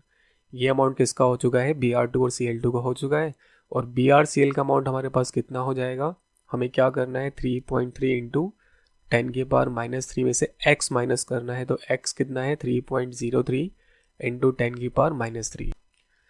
तो BrCl का जो अमाउंट है हमारे पास कितना आ जाएगा 0.27 इंटू 10⁻³ मोलर। ठीक है, कॉन्सेप्ट हर जगह सेम चल रहा है, एक्स मोल ब्रेक कर रहे हैं, कभी हम पार्शियल प्रेशर के टर्म में आंसर लिख रहे हैं, बट कोई भी क्वेश्चन अभी तक DOD वाला सॉल्व नहीं किया है क्योंकि ऐसा क्वेश्चन 11th क्लास में आने के चांसेस उसके बहुत ही कम होते हैं। ठीक है, ऑलमोस्ट नेग्लिजिबल के आसपास है, तो हमें अल्फा वाले क्वेश्चंस पे ध्यान नहीं देना है, हमें मोल कॉन्सेप्ट वाले क्वेश्चन के ऊपर या प्रेशर वाले पार्ट पे आपको थोड़ा ज़्यादा फोकस रखना है। एक लास्ट स्पेशल न्यूमेरिकल करते हैं, 31st न्यूमेरिकल एनसीईआरटी की बैक एक्सरसाइज का। CO दे रखा है, उसके साथ आपको H2O गिवन है, ये रिवर्सिबल है किसके साथ CO2 के साथ प्लस में H2 गैस के साथ, ये सब के सब गैसेस फॉर्म में है। अब कह रहे हैं इनिशियली अगर हमने इक्विमोलर अमाउंट लिया है, यहाँ पे बोल रहा है कि हमने इक्विमोलर अमाउंट लिया है रिएक्टेंट का, और कितना मोल ले रखा है हमने 4 मोल ले रखा है। तो हमसे पूछ रहे भाई इक्विलिब्रियम पे किसका कितना अमाउंट रिमेनिंग है आप वो बता दो, हमसे ये क्वेश्चन पूछा गया, और Kp हमें गिवन है कितना है 10.1 के आसपास है शायद, तो रिएक्शन का Kp है वो 10.1 के आसपास है। ठीक है, और इनिशियल जो अमाउंट दे रखा है वो कितना दे रखा है 4 मोलर दे रखा है। अब यहाँ पर एक प्रॉब्लम है, प्रॉब्लम क्या है कि अब 2 रिएक्टेंट है और 2 प्रोडक्ट है, अगर आप रिएक्शन को फ्लिप भी करोगे तब भी आपके पास क्या रहेंगे 2 ही रिएक्टेंट रहेंगे। जब आपके पास कोई भी कंडीशन ना बचे तब ऑब्वियसली क्या करना होता है, हमें बोल ही रखा है कि दोनों का अमाउंट क्या ले रखा है, इक्विमोलर है, मतलब दोनों का अमाउंट सेम ले रखा है। जब दोनों का अमाउंट सेम ले रखा है तो दोनों में लिमिटिंग रिएजेंट वाला कॉन्सेप्ट नहीं लगेगा। आराम से सुनना, अगर दोनों का अमाउंट सेम दे रखा है तो लिमिटिंग रिएजेंट वाला कॉन्सेप्ट नहीं लगेगा। दोनों का जितना अमाउंट टूटेगा उतना ही किसका अमाउंट बनेगा, प्रोडक्ट का बनेगा। अभी तक ये हो रहा था, सिंगल रिएक्टेंट था, उसमें से जो भी कुछ अमाउंट ब्रेक हो रहा था वो क्या बन रहा था, प्रोडक्ट में जा रहा था। पीछे मैंने बोला भी था, अगर आपके पास दो रिएक्टेंट होते हैं तो आपको रिएक्शन को फ्लिप करना होता है ताकि रिएक्टेंट आपके पास सिंगल हो जाए, प्रोडक्ट जितने मर्जी चलेंगे उससे कोई इशू नहीं है। बट इस वाले क्वेश्चन में स्पेसिफिकली हुआ क्या कि दो रिएक्टेंट हैं और दो ही प्रोडक्ट हैं। अगर आप इसको फ्लिप भी करोगे तब भी कोई एडवांटेज नहीं है, स्टिल हमारे पास क्या रहेंगे, दो ही रिएक्टेंट रहेंगे। बट उसने क्वेश्चन में थोड़ी सी हमारी हेल्प कर रखी है, उसने ये बोल रखा है कि हमारे पास जो अमाउंट है रिएक्टेंट का वो इक्वल है। जब भी इक्विमोलर अमाउंट गिवन होता है हमें सिंपल कॉन्सेप्ट से सॉल्व करना होता है। तो उसका सॉल्यूशन क्या हो जाएगा, पहले हम इक्वेशन सेटअप कर लेते हैं। इक्वेशन क्या है, CO प्लस में H2O reversible with CO2 plus में H2, ठीक है। वही टाइम t इक्वल टू 0 पर इसका अमाउंट कितना है 4 बार, इसका अमाउंट भी 4 बार है, तो ये दोनों कितने बनेंगे 0 and 0। Time t equal to equilibrium पर कितना हो जाएगा, अगर 4 में से p सब्ट्रैक्ट किया तो यहाँ से भी 4 में से p निकालना पड़ेगा और यहाँ कितना बन जाएगा p, और इधर भी कितना बन जाएगा p, ठीक है। क्योंकि इसके 1 से इसका 1 मिलता है या इसके 1 से इसका 1 मिलता है, किसी से भी इसको कंपेयर करवा सकते हैं।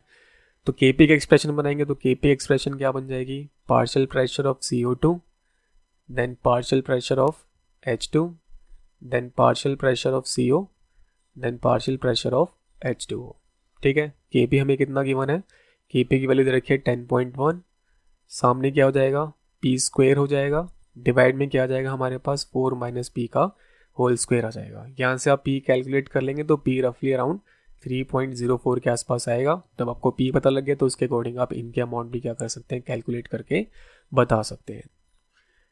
नेक्स्ट टॉपिक हमारे पास है ली चैटलियर्स प्रिंसिपल। ये जो ली चैटलियर्स प्रिंसिपल है ये सबसे इंपॉर्टेंट टॉपिक है पूरे केमिकल इक्विलिब्रियम में। हर साल यहाँ से क्वेश्चन क्या होते हैं, आते हैं। क्या हमें ये प्रिंसिपल सजेस्ट करता है कि अगर कोई रिएक्शन इक्विलिब्रियम पे है और उसको हम किसी चेंज के थ्रू सब्जेक्ट करें, उस पर कोई चेंज हम क्या करते हैं, इम्पोज करते हैं, तो इक्विलिब्रियम क्या करना चाहेगा, उस चेंज को नलीफाई करना चाहेगा। और ऐसा वो कैसे कर पाएगा, वो खुद को उस डायरेक्शन में शिफ्ट कर लेगा जहाँ पर उस इफेक्ट को वो क्या कर पाए, नलीफाई कर पाए, ठीक है। हमें कह रहा है कि एक रिएक्शन इक्विलिब्रियम में है, अगर उसमें आपने कोई चेंजेस कर दिया, उसकी कॉन्सेंट्रेशन, प्रेशर, टेम्परेचर, वॉल्यूम, कुछ भी अगर आप चेंज करते हैं उस इक्विलिब्रियम रिएक्शन का, तो इक्विलिब्रियम क्या होता है, इनिशियली पहले डिस्टर्ब होता है, बट इक्विलिब्रियम अपनी इनिशियल स्टेट को फिर से रीगेन कर लेता है। ऐसा वो कैसे कर पाता है, जो भी उसके ऊपर अपने चेंजेस इम्पोज किए उन चेंजेस को वो क्या कर देता है, नलीफाई कर देता है, एक पर्टिकुलर डायरेक्शन में शिफ्ट हो गए। बस हमें इतना बताना होगा कि जो भी हम अपने रिएक्शन में चेंज कर रहे हैं उसके अकॉर्डिंग रिएक्शन फॉरवर्ड साइड जाने वाला है या बैकवर्ड साइड जाने वाला है, ठीक है। तो पहले हम किसको करते हैं, कॉन्सेंट्रेशन को चेंज करते हैं। तो पहला फैक्टर हमारे पास क्या है, कॉन्सेंट्रेशन। फर्स्ट फैक्टर है कॉन्सेंट्रेशन। कॉन्सेंट्रेशन किसके, रिएक्टेंट की या प्रोडक्ट की, ठीक है। अब सिंपल से एक बात याद रखनी है, हम जो भी कुछ करेंगे इक्विलिब्रियम क्या कर देगा, उसका उल्टा कर देगा, ठीक है। हम जो भी कुछ करेंगे इक्विलिब्रियम क्या करेगा, उसका उल्टा करेगा। Equilibrium will do totally opposite of what we are doing on equilibrium. जो भी इक्विलिब्रियम पे हम लोग करने वाले हैं इक्विलिब्रियम क्या करेगा, उसका उल्टा करेगा। बस ये ध्यान रखेंगे तो ली चैटलियर प्रिंसिपल का हर एक क्वेश्चन आपके लिए बहुत ईजी हो जाएगा। जैसे एग्जाम्पल के लिए हमारे पास कोई रिएक्शन है कि A is reversible with B, तो A कौन है, रिएक्टेंट है, और B हमारे पास कौन है, प्रोडक्ट है। तो हमसे अगर बोला जाए कि अगर हम A का अमाउंट क्या कर दें, इंक्रीज कर दें, हम A का अमाउंट बढ़ा रहे हैं, मतलब किसका अमाउंट इंक्रीज कर रहे हैं, हम लोग रिएक्टेंट का अमाउंट क्या कर रहे हैं, इंक्रीज कर रहे हैं। तो इक्विलिब्रियम क्या करेगा, उस रिएक्टेंट के अमाउंट को डिक्रीज करेगा। ऐसा वो कब कर पाएगा, जब रिएक्टेंट को किस में कन्वर्ट कर पाए, प्रोडक्ट के अंदर कन्वर्ट कर पाए, ठीक है। मतलब जो भी एक्स्ट्रा अमाउंट रिएक्टेंट का आपने उसमें डाला है उस एक्स्ट्रा अमाउंट को वो उठाएगा और किस में कन्वर्ट कर देगा, प्रोडक्ट में कन्वर्ट कर देगा। क्योंकि वो क्या चाहता है, आपने रिएक्टेंट का अमाउंट बढ़ाया है तो वो क्या चाहेगा, रिएक्टेंट के अमाउंट को फिर से उसी स्टेज पे लेके आना, मतलब उसको कम कर देना। और रिएक्टेंट का अमाउंट कम कैसे होता है, रिएक्शन को फॉरवर्ड साइड ले जाके, मतलब उसको प्रोडक्ट में कन्वर्ट करके। तो अगर हम रिएक्टेंट का अमाउंट इंक्रीज करते हैं तो रिएक्शन किस डायरेक्शन में जाता है, फॉरवर्ड डायरेक्शन में जाता है। एक बार फिर से समझ लीजिए, हमें जो रिएक्टेंट गिवन था हमने उसका अमाउंट इंक्रीज़ किया, अमाउंट इंक्रीज़ करने पर क्या हुआ, जो इक्विलिब्रियम है वो डिस्टर्ब हुआ। तो इक्विलिब्रियम क्या करेगा, उस इंक्रीज्ड अमाउंट को टैकल करना चाहेगा, मतलब उस इंक्रीज्ड अमाउंट को वो क्या करना चाहेगा, डिक्रीज़ करना चाहेगा। अब रिएक्टेंट का अमाउंट डिक्रीज़ कैसे होता है, जब वो किस में कन्वर्ट होता है, प्रोडक्ट में कन्वर्ट होता है। और रिएक्टेंट का प्रोडक्ट में जाना मतलब रिएक्शन किस डायरेक्शन में जा रहा है, फॉरवर्ड डायरेक्शन में जा रहा है। ठीक है, लाइकवाइज अगर हम ऐसा बोल दें कि हम लोग क्या कर रहे हैं, जो रिएक्टेंट है ए उसका अमाउंट हमने कम कर दिया। अब हमने रिएक्टेंट का अमाउंट क्या कर दिया है, कम कर दिया है, रिएक्टेंट का अमाउंट डिक्रीज हो गया। तो जब रिएक्टेंट का अमाउंट डिक्रीज हुआ तो इक्विलिब्रियम हमने डिस्टर्ब कर दिया, रिएक्टेंट का अमाउंट थोड़ा कम कर दिया। तो रिएक्शन क्या करेगा, खुद को फिर से उसे इनिशियल स्टेट में ले जाने के लिए जो हमने किया है उसका उल्टा करेगा। हमने रिएक्टेंट का अमाउंट घटाया है तो रिएक्टेंट का अमाउंट क्या करेगा, इंक्रीज करवाएगा। रिएक्टेंट का अमाउंट इंक्रीज करवाएगा। कैसे इंक्रीज करवाएगा, जो हमारे पास प्रोडक्ट है उस प्रोडक्ट को क्या करेगा, ब्रेक करके वो किस में ले जाएगा, रिएक्टेंट में ले जाएगा। ठीक है, मतलब प्रोडक्ट को ब्रेक करके क्या बना देगा, रिएक्टेंट बना देगा। क्यों वो ऐसा कर रहा है, क्योंकि हमने रिएक्टेंट का अमाउंट कम कर दिया है। अगर रिएक्टेंट का अमाउंट कम करेंगे तो इक्विलिब्रियम क्या करेगा, उस रिएक्टेंट के अमाउंट को बढ़ाना चाहेगा। और वो कैसे उसको इंक्रीज कर सकता है, प्रोडक्ट को किस में कन्वर्ट करके, रिएक्टेंट में कन्वर्ट करके। मतलब रिएक्शन किस तरफ जाएगा, अब आपका बैकवर्ड डायरेक्शन में जाएगा। ठीक है, मतलब जो चीज़ हम कम कर रहे हैं इक्विलिब्रियम उसको बढ़ा देगा, या कोई चीज़ हम बढ़ा रहे हैं तो इक्विलिब्रियम क्या कर देगा, उसको कम कर देगा। अब रिएक्टेंट को बढ़ा रहे हैं या प्रोडक्ट को बढ़ा रहे हैं उसके अकॉर्डिंग आप खुद जज कर सकते हैं। अभी हमने रिएक्टेंट को चेंज किया है, नेक्स्ट एग्जाम्पल हम लोग क्या करते हैं, प्रोडक्ट को चेंज करते हैं। नाउ इस टाइम हम क्या करते हैं, अब जो हमारा प्रोडक्ट था बी, हमने उसका अमाउंट क्या करा, इंक्रीज करा। मतलब हम बी का अमाउंट क्या कर रहे हैं, इंक्रीज कर रहे हैं। और बी हमारे पास कौन है, अब प्रोडक्ट है। तो जब प्रोडक्ट का अमाउंट आप बढ़ाओगे इक्विलिब्रियम डिस्टर्ब हो जाएगा। तो इक्विलिब्रियम क्या करेगा, प्रोडक्ट के अमाउंट को कम करना चाहेगा। और उसके अमाउंट को वो कम कैसे कर सकता है, उस प्रोडक्ट को किस में भेज के, रिएक्टेंट में कन्वर्ट करके। मतलब अगर रिएक्शन रिएक्टेंट की साइड जा रहा है तो रिएक्शन किस तरफ जा रहा है, बैकवर्ड डायरेक्शन में जा रहा है। ठीक है, तो अगर आप प्रोडक्ट का अमाउंट बढ़ाते हो तो इक्विलिब्रियम उसके अमाउंट को क्या करना चाहेगा, डिक्रीज करना चाहेगा। ऐसा वो कब कर पाएगा, जब वो प्रोडक्ट को किस में ब्रेक कर दे, रिएक्टेंट में ब्रेक कर दे और रिएक्शन कहाँ चलने लग जाए, बैकवर्ड डायरेक्शन में चलने लग जाए। लाइकवाइज हम लोग क्या कर सकते हैं, जो हमारे पास प्रोडक्ट है उसके अमाउंट को डिक्रीज कर सकते हैं। अगर हम प्रोडक्ट के अमाउंट को डिक्रीज करने वाले हैं, हमने उसके अमाउंट को डिक्रीज कर दिया, तो इक्विलिब्रियम क्या करेगा, जो हम कर रहे हैं उसका उल्टा ही तो करेगा। तो इक्विलिब्रियम क्या करेगा, प्रोडक्ट के अमाउंट को इंक्रीज कर देगा। अब उसके अमाउंट को इंक्रीज कैसे करेगा, कि वो क्या करेगा, ज़्यादा रिएक्टेंट को ब्रेक करके किस में लेने जाना स्टार्ट कर देगा, प्रोडक्ट में लेके जाना स्टार्ट कर देगा। मतलब रिएक्शन किस डायरेक्शन में चलने लग गया, यस रिएक्शन कहाँ जाने लग गया, फॉरवर्ड डायरेक्शन में जाने लग गया। तो रेक्टिफिकेशन मारेंगे तो कोई बेनिफिट आपको नहीं मिलेगा, कॉन्सेप्ट को समझना है। नाउ तीसरा फैक्टर हमारे पास क्या है, टेम्परेचर है। और टेम्परेचर के बेसिस पे रिएक्शन को हम दो कैटेगरी में डाल सकते हैं, एक एक्सोथर्मिक, दूसरा एंडोथर्मिक। तो अगर हम एक्सोथर्मिक रिएक्शन के बारे में बात करें, एक्सोथर्मिक रिएक्शन, तो जो एक्सोथर्मिक रिएक्शंस होते हैं वो लो टेम्परेचर पे फिजिबल होते हैं। मतलब लो टेम्परेचर पे बहुत इफेक्टिवली प्रोडक्ट में ये कन्वर्ट हो जाते हैं। मतलब रेट ऑफ रिएक्शन आपकी क्या होती है, लो टेम्परेचर पे ज़्यादा होती है। ठीक है, rate of reaction low temperature पे ज़्यादा होती है। ठीक है, तो अगर किसी एक्सोथर्मिक रिएक्शन के लिए आप टेम्परेचर क्या कर दो, डाउन कर दो, तो वो तो वैसे ही लो टेम्परेचर पे बहुत अच्छे से काम करता है। आप टेम्परेचर डाउन करेंगे तो रिएक्शन किस तरफ जाने लग जाएगा, फॉरवर्ड साइड जाने लग जाएगा। बट अगर आप टेम्परेचर को बम्प कर दोगे तो आप टेम्परेचर बढ़ा रहे हो। बट जो एक्सोथर्मिक रिएक्शंस होते हैं वो हाई टेम्परेचर की बजाय लो टेम्परेचर पर अच्छे से वर्क करते हैं। तो हाई टेम्परेचर का मतलब है कि हमारा जो रिएक्शन है वो बहुत स्लो होगा और अल्टीमेटली एक पॉइंट पे आके रुक जाएगा। मतलब रिएक्शन अब फॉरवर्ड साइड ना जाके किस तरफ जाना स्टार्ट कर देगा, बैकवर्ड जाना स्टार्ट कर देगा। तो टेम्परेचर अगर इंक्रीज करेंगे तो रिएक्शन जाएगा बैकवर्ड डायरेक्शन में, टेम्परेचर डिक्रीज करेंगे तो रिएक्शन जाएगा फॉरवर्ड डायरेक्शन में। तो एक बार फिर से समझते हैं, हमारे पास रिएक्टेंट है ए, उसको हम कन्वर्ट करके किस में लेके जा रहे हैं, बी में लेके जा रहे हैं। और रिएक्शन किस नेचर का है, इस रिएक्शन का जो डेल्टा एच अब आपको क्या दे रखा है, नेगेटिव दे रखा है। मतलब रिएक्शन किस नेचर का है, एक्सोथर्मिक नेचर का है। अब रिएक्शन अगर एक्सोथर्मिक नेचर का है तो लो टेम्परेचर करने पर क्या होगा, क्योंकि ये लो टेम्परेचर पे क्या होता है, ये बहुत ही इफेक्टिवली काम करता है, रेट ऑफ रिएक्शन बढ़ जाता है। तो टेम्परेचर डाउन करने पर जो प्रोडक्ट है उसकी फॉर्मेशन क्या होने लग जाएगी, ज़्यादा होने लग जाएगी, मतलब रिएक्शन किस तरफ रन करेगा, फॉरवर्ड साइड जाएगा। इसलिए टेम्परेचर डिक्रीज़ करने पे रिएक्शन कहाँ जाता है, फॉरवर्ड साइड जाता है। बट इसका अगर आप ऑपोजिट कर दो, आप टेम्परेचर को बम्प कर दो, तो हमारे पास जो रिएक्टेंट के मॉलिक्यूल हैं हाई टेम्परेचर पे वो इफेक्टिवली आपस में कंबाइन नहीं हो पाते हैं, बल्कि हाई टेम्परेचर पे जो प्रोडक्ट होता है वही हमारा ब्रेक होकर किस में कन्वर्ट हो जाता है, रिएक्टेंट में कन्वर्ट हो जाता है। मतलब रिएक्शन किस तरफ जाने लग जाएगा, बैकवर्ड साइड जाने लग जाएगा।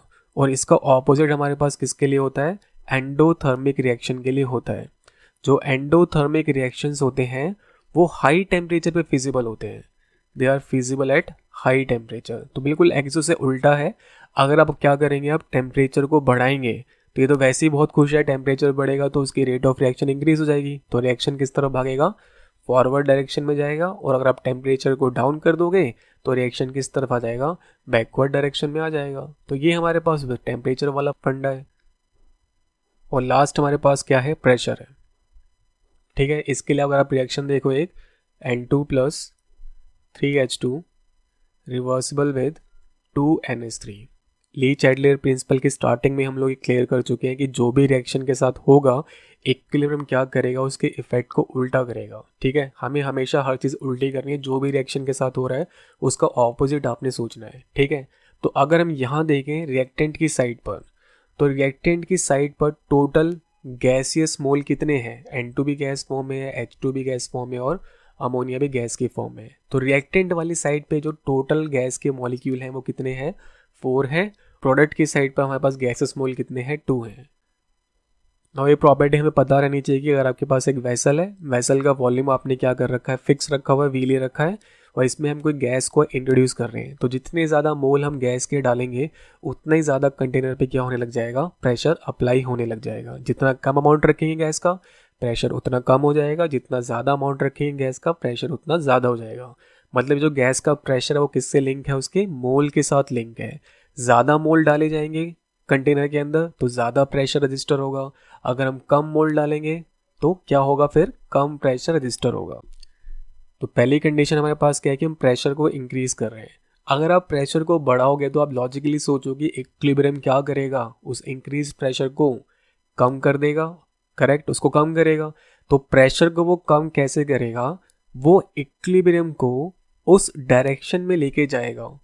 आराम से सुनिएगा, वो इक्विलिब्रियम को उस डायरेक्शन में लेके जाएगा जहां पर टोटल गैसियस मोल्स, जहां पर टोटल गैसियस मोल क्या हो आपके पास, कम हो। ठीक है, क्योंकि प्रेशर क्या किया गया है, बढ़ाया गया है, तो इक्विलिब्रियम क्या करेगा, उस प्रेशर को कम करेगा। उस प्रेशर को वो कम कैसे करेगा, इक्विलिब्रियम को उस डायरेक्शन में शिफ्ट करेगा जहां पे नंबर ऑफ गैसेस मोल क्या होंगे, कम होंगे। जैसे रिएक्टेंट पे साइड पे कितने मोल हैं, 4 मोल हैं, और प्रोडक्ट की साइड कितने मोल हैं, 2 मोल हैं। अगर हमने प्रेशर बढ़ाया तो रिएक्शन उस तरफ जाएगा जहां पर हमारे पास गैसेस मोल क्या होंगे, कम होंगे। तो गैसेस मोल कम किस तरफ है, इस एग्जांपल में प्रोडक्ट की साइड पर है, तो हम बोलेंगे रिएक्शन किस तरफ जाएगा, हमारा फॉरवर्ड साइड जाएगा। इसमें आपको हर एक इक्वेशन में चेक करना पड़ेगा, क्योंकि आपके पास हर इक्वेशन में टोटल जो मोल्स होते हैं वो सेम नहीं होते हैं। ठीक है, हमने तो यहाँ N2O3H2 रिवर्सिबल विद 2NH3 वाली इक्वेशन ले रखी है, हो सकता है आपको कोई और इक्वेशन गिवन हो जहाँ पे आपके मोल्स डिफरेंट निकले। तो आप पहले टोटल मोल्स कैलकुलेट कर लो, फिर डिसाइड करो कि रिएक्शन किस तरफ लेके जाना चाहिए। तो अगर हमने प्रेशर क्या किया है, इंक्रीज किया है, तो इक्विलिब्रियम क्या करेगा, उस प्रेशर को कम करेगा, मतलब रिएक्शन को उस डायरेक्शन में ले जाएगा जहाँ पे गैसेस मोल कम है। वो आप जज कर लेंगे अपनी रिएक्शन में देख के कि कहाँ पे गैसेस मोल कम है, उसके अकॉर्डिंग बताएंगे रिएक्शन फॉरवर्ड जाएगा या बैकवर्ड जाएगा। तो इस रिएक्शन के अकॉर्डिंग रिएक्शन कहाँ जा रहा है, फॉरवर्ड साइड जा रहा था। नाउ सेकेंडली हम लोग क्या कर सकते हैं, अगर हम प्रेशर को ड्रॉप कर दें, कम कर दें, तो इक्विलिब्रियम क्या करेगा, उस प्रेशर को बढ़ाने की सोचेगा। बढ़ाने की सोचेगा मतलब उस डायरेक्शन में शिफ्ट होने लग जाएगा जहाँ पर गैसियस मोल क्या होंगे, हमारे पास ज़्यादा होंगे। जहाँ गैसेस मोल ज़्यादा होंगे वहीं ना ज़्यादा प्रेशर आएगा। ठीक है, तो ज़्यादा प्रेशर कहाँ पर आ रहा है, फॉरवर्ड साइड आ रहा है या बैकवर्ड साइड आ रहा है। क्लियरली दिख रहा है कि 4 मोल इस तरफ है, तो कहाँ पर आ रहा है ज़्यादा प्रेशर, आपका बैकवर्ड डायरेक्शन में आ रहा है। तो रिएक्शन किस तरफ जाने लग जाएगा, बैकवर्ड डायरेक्शन में जाने लग जाएगा। क्लियर है, ली चैटल के क्वेश्चन सॉल्व करना बहुत ही ईजी होता है, बस आपको लॉजिक समझ में आना चाहिए। लॉजिक अगर आपको क्लियर है तो आप आसानी से ली चैटल के प्रिंसिपल को सॉल्व कर सकते हैं। ठीक है, जो भी क्वेश्चन वहाँ से गिवन हो आप आसानी से उन क्वेश्चंस को फॉर्म कर सकते हैं। फोर्थ हमारे पास है कैटलिस्ट। कैटलिस्ट क्या होता है? कैटलिस्ट वो सब्सटेंस होता है जो रेट ऑफ रिएक्शन को क्या कर सकता है, ऑल्टर कर सकता है। उसको या तो वो क्या कर सकता है, बढ़ा सकता है, या उसको क्या कर सकता है, वो घटा सकता है। ठीक है, रिएक्शन में वो खुद पार्टिसिपेट नहीं करता है। तो कैटलिस्ट का इक्विलिब्रियम की स्टेट पर कोई भी इफेक्ट नहीं होता, it has no effect. Catalyst डाला जाए, निकाला जाए, तब भी कोई फर्क नहीं पड़ेगा, कैटलिस्ट का इक्विलिब्रियम पर कोई भी इफेक्ट नहीं होता। और लास्ट हमारे पास होता है एडिशन ऑफ इनर्ट गैस। हम इनर्ट गैस को ऐड करना चाहते हैं।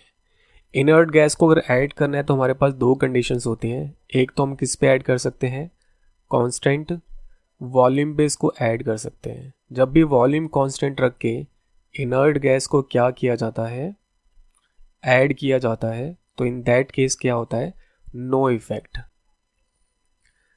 सेकंड हमारे पास होता है कि हम लोग एडिशन किस पर कर रहे हैं, कांस्टेंट प्रेशर पे हम लोग एडिशन कर रहे हैं। जब कांस्टेंट प्रेशर पे हम लोग क्या करते हैं, इनर्ट गैस को ऐड करते हैं, तब क्या होता है, वॉल्यूम हमारे पास इंक्रीज हो जाता है, वॉल्यूम बढ़ जाता है। ठीक है, तो ऐसा करने के लिए हमें अब इक्वेशन देखनी पड़ेगी कि वॉल्यूम बढ़ जाता है तो उस बढ़े हुए वॉल्यूम का क्या इफेक्ट होता है। तो पहला केस हमें देखना है, जब डेल्टा एन जी हमारे पास क्या होता है, ग्रेटर देन 0 होता है। तो उसके लिए एग्जांपल लेते हैं, A gas reversible with B gas plus C gas. अगर इनके अमाउंट हम रैंडमली ऐसे कुछ चूज़ कर लें, जैसे हमारे पास हो गया x, ये हो गया हमारे पास y, और ये हो गया हमारे पास z। ठीक है, वॉल्यूम हमने v रखा तो ये हो गया x अपॉन v, ये हो गया y अपॉन v, और ये हो गया z अपॉन v। मतलब ये जो मेजरमेंट हमने किया है वो ऐसे किसी रैंडम टाइम पे कर रखा है कि a जो है वो x है, b उस टाइम y मोल बन चुका है, और c इस टाइम z मोल बन चुका है। जब वॉल्यूम हमारे पास कितना है, तीनों के लिए कॉमन कितना है, v है। ठीक है, हमने कोई रैंडम टाइम पर इसको मेज़र किया है।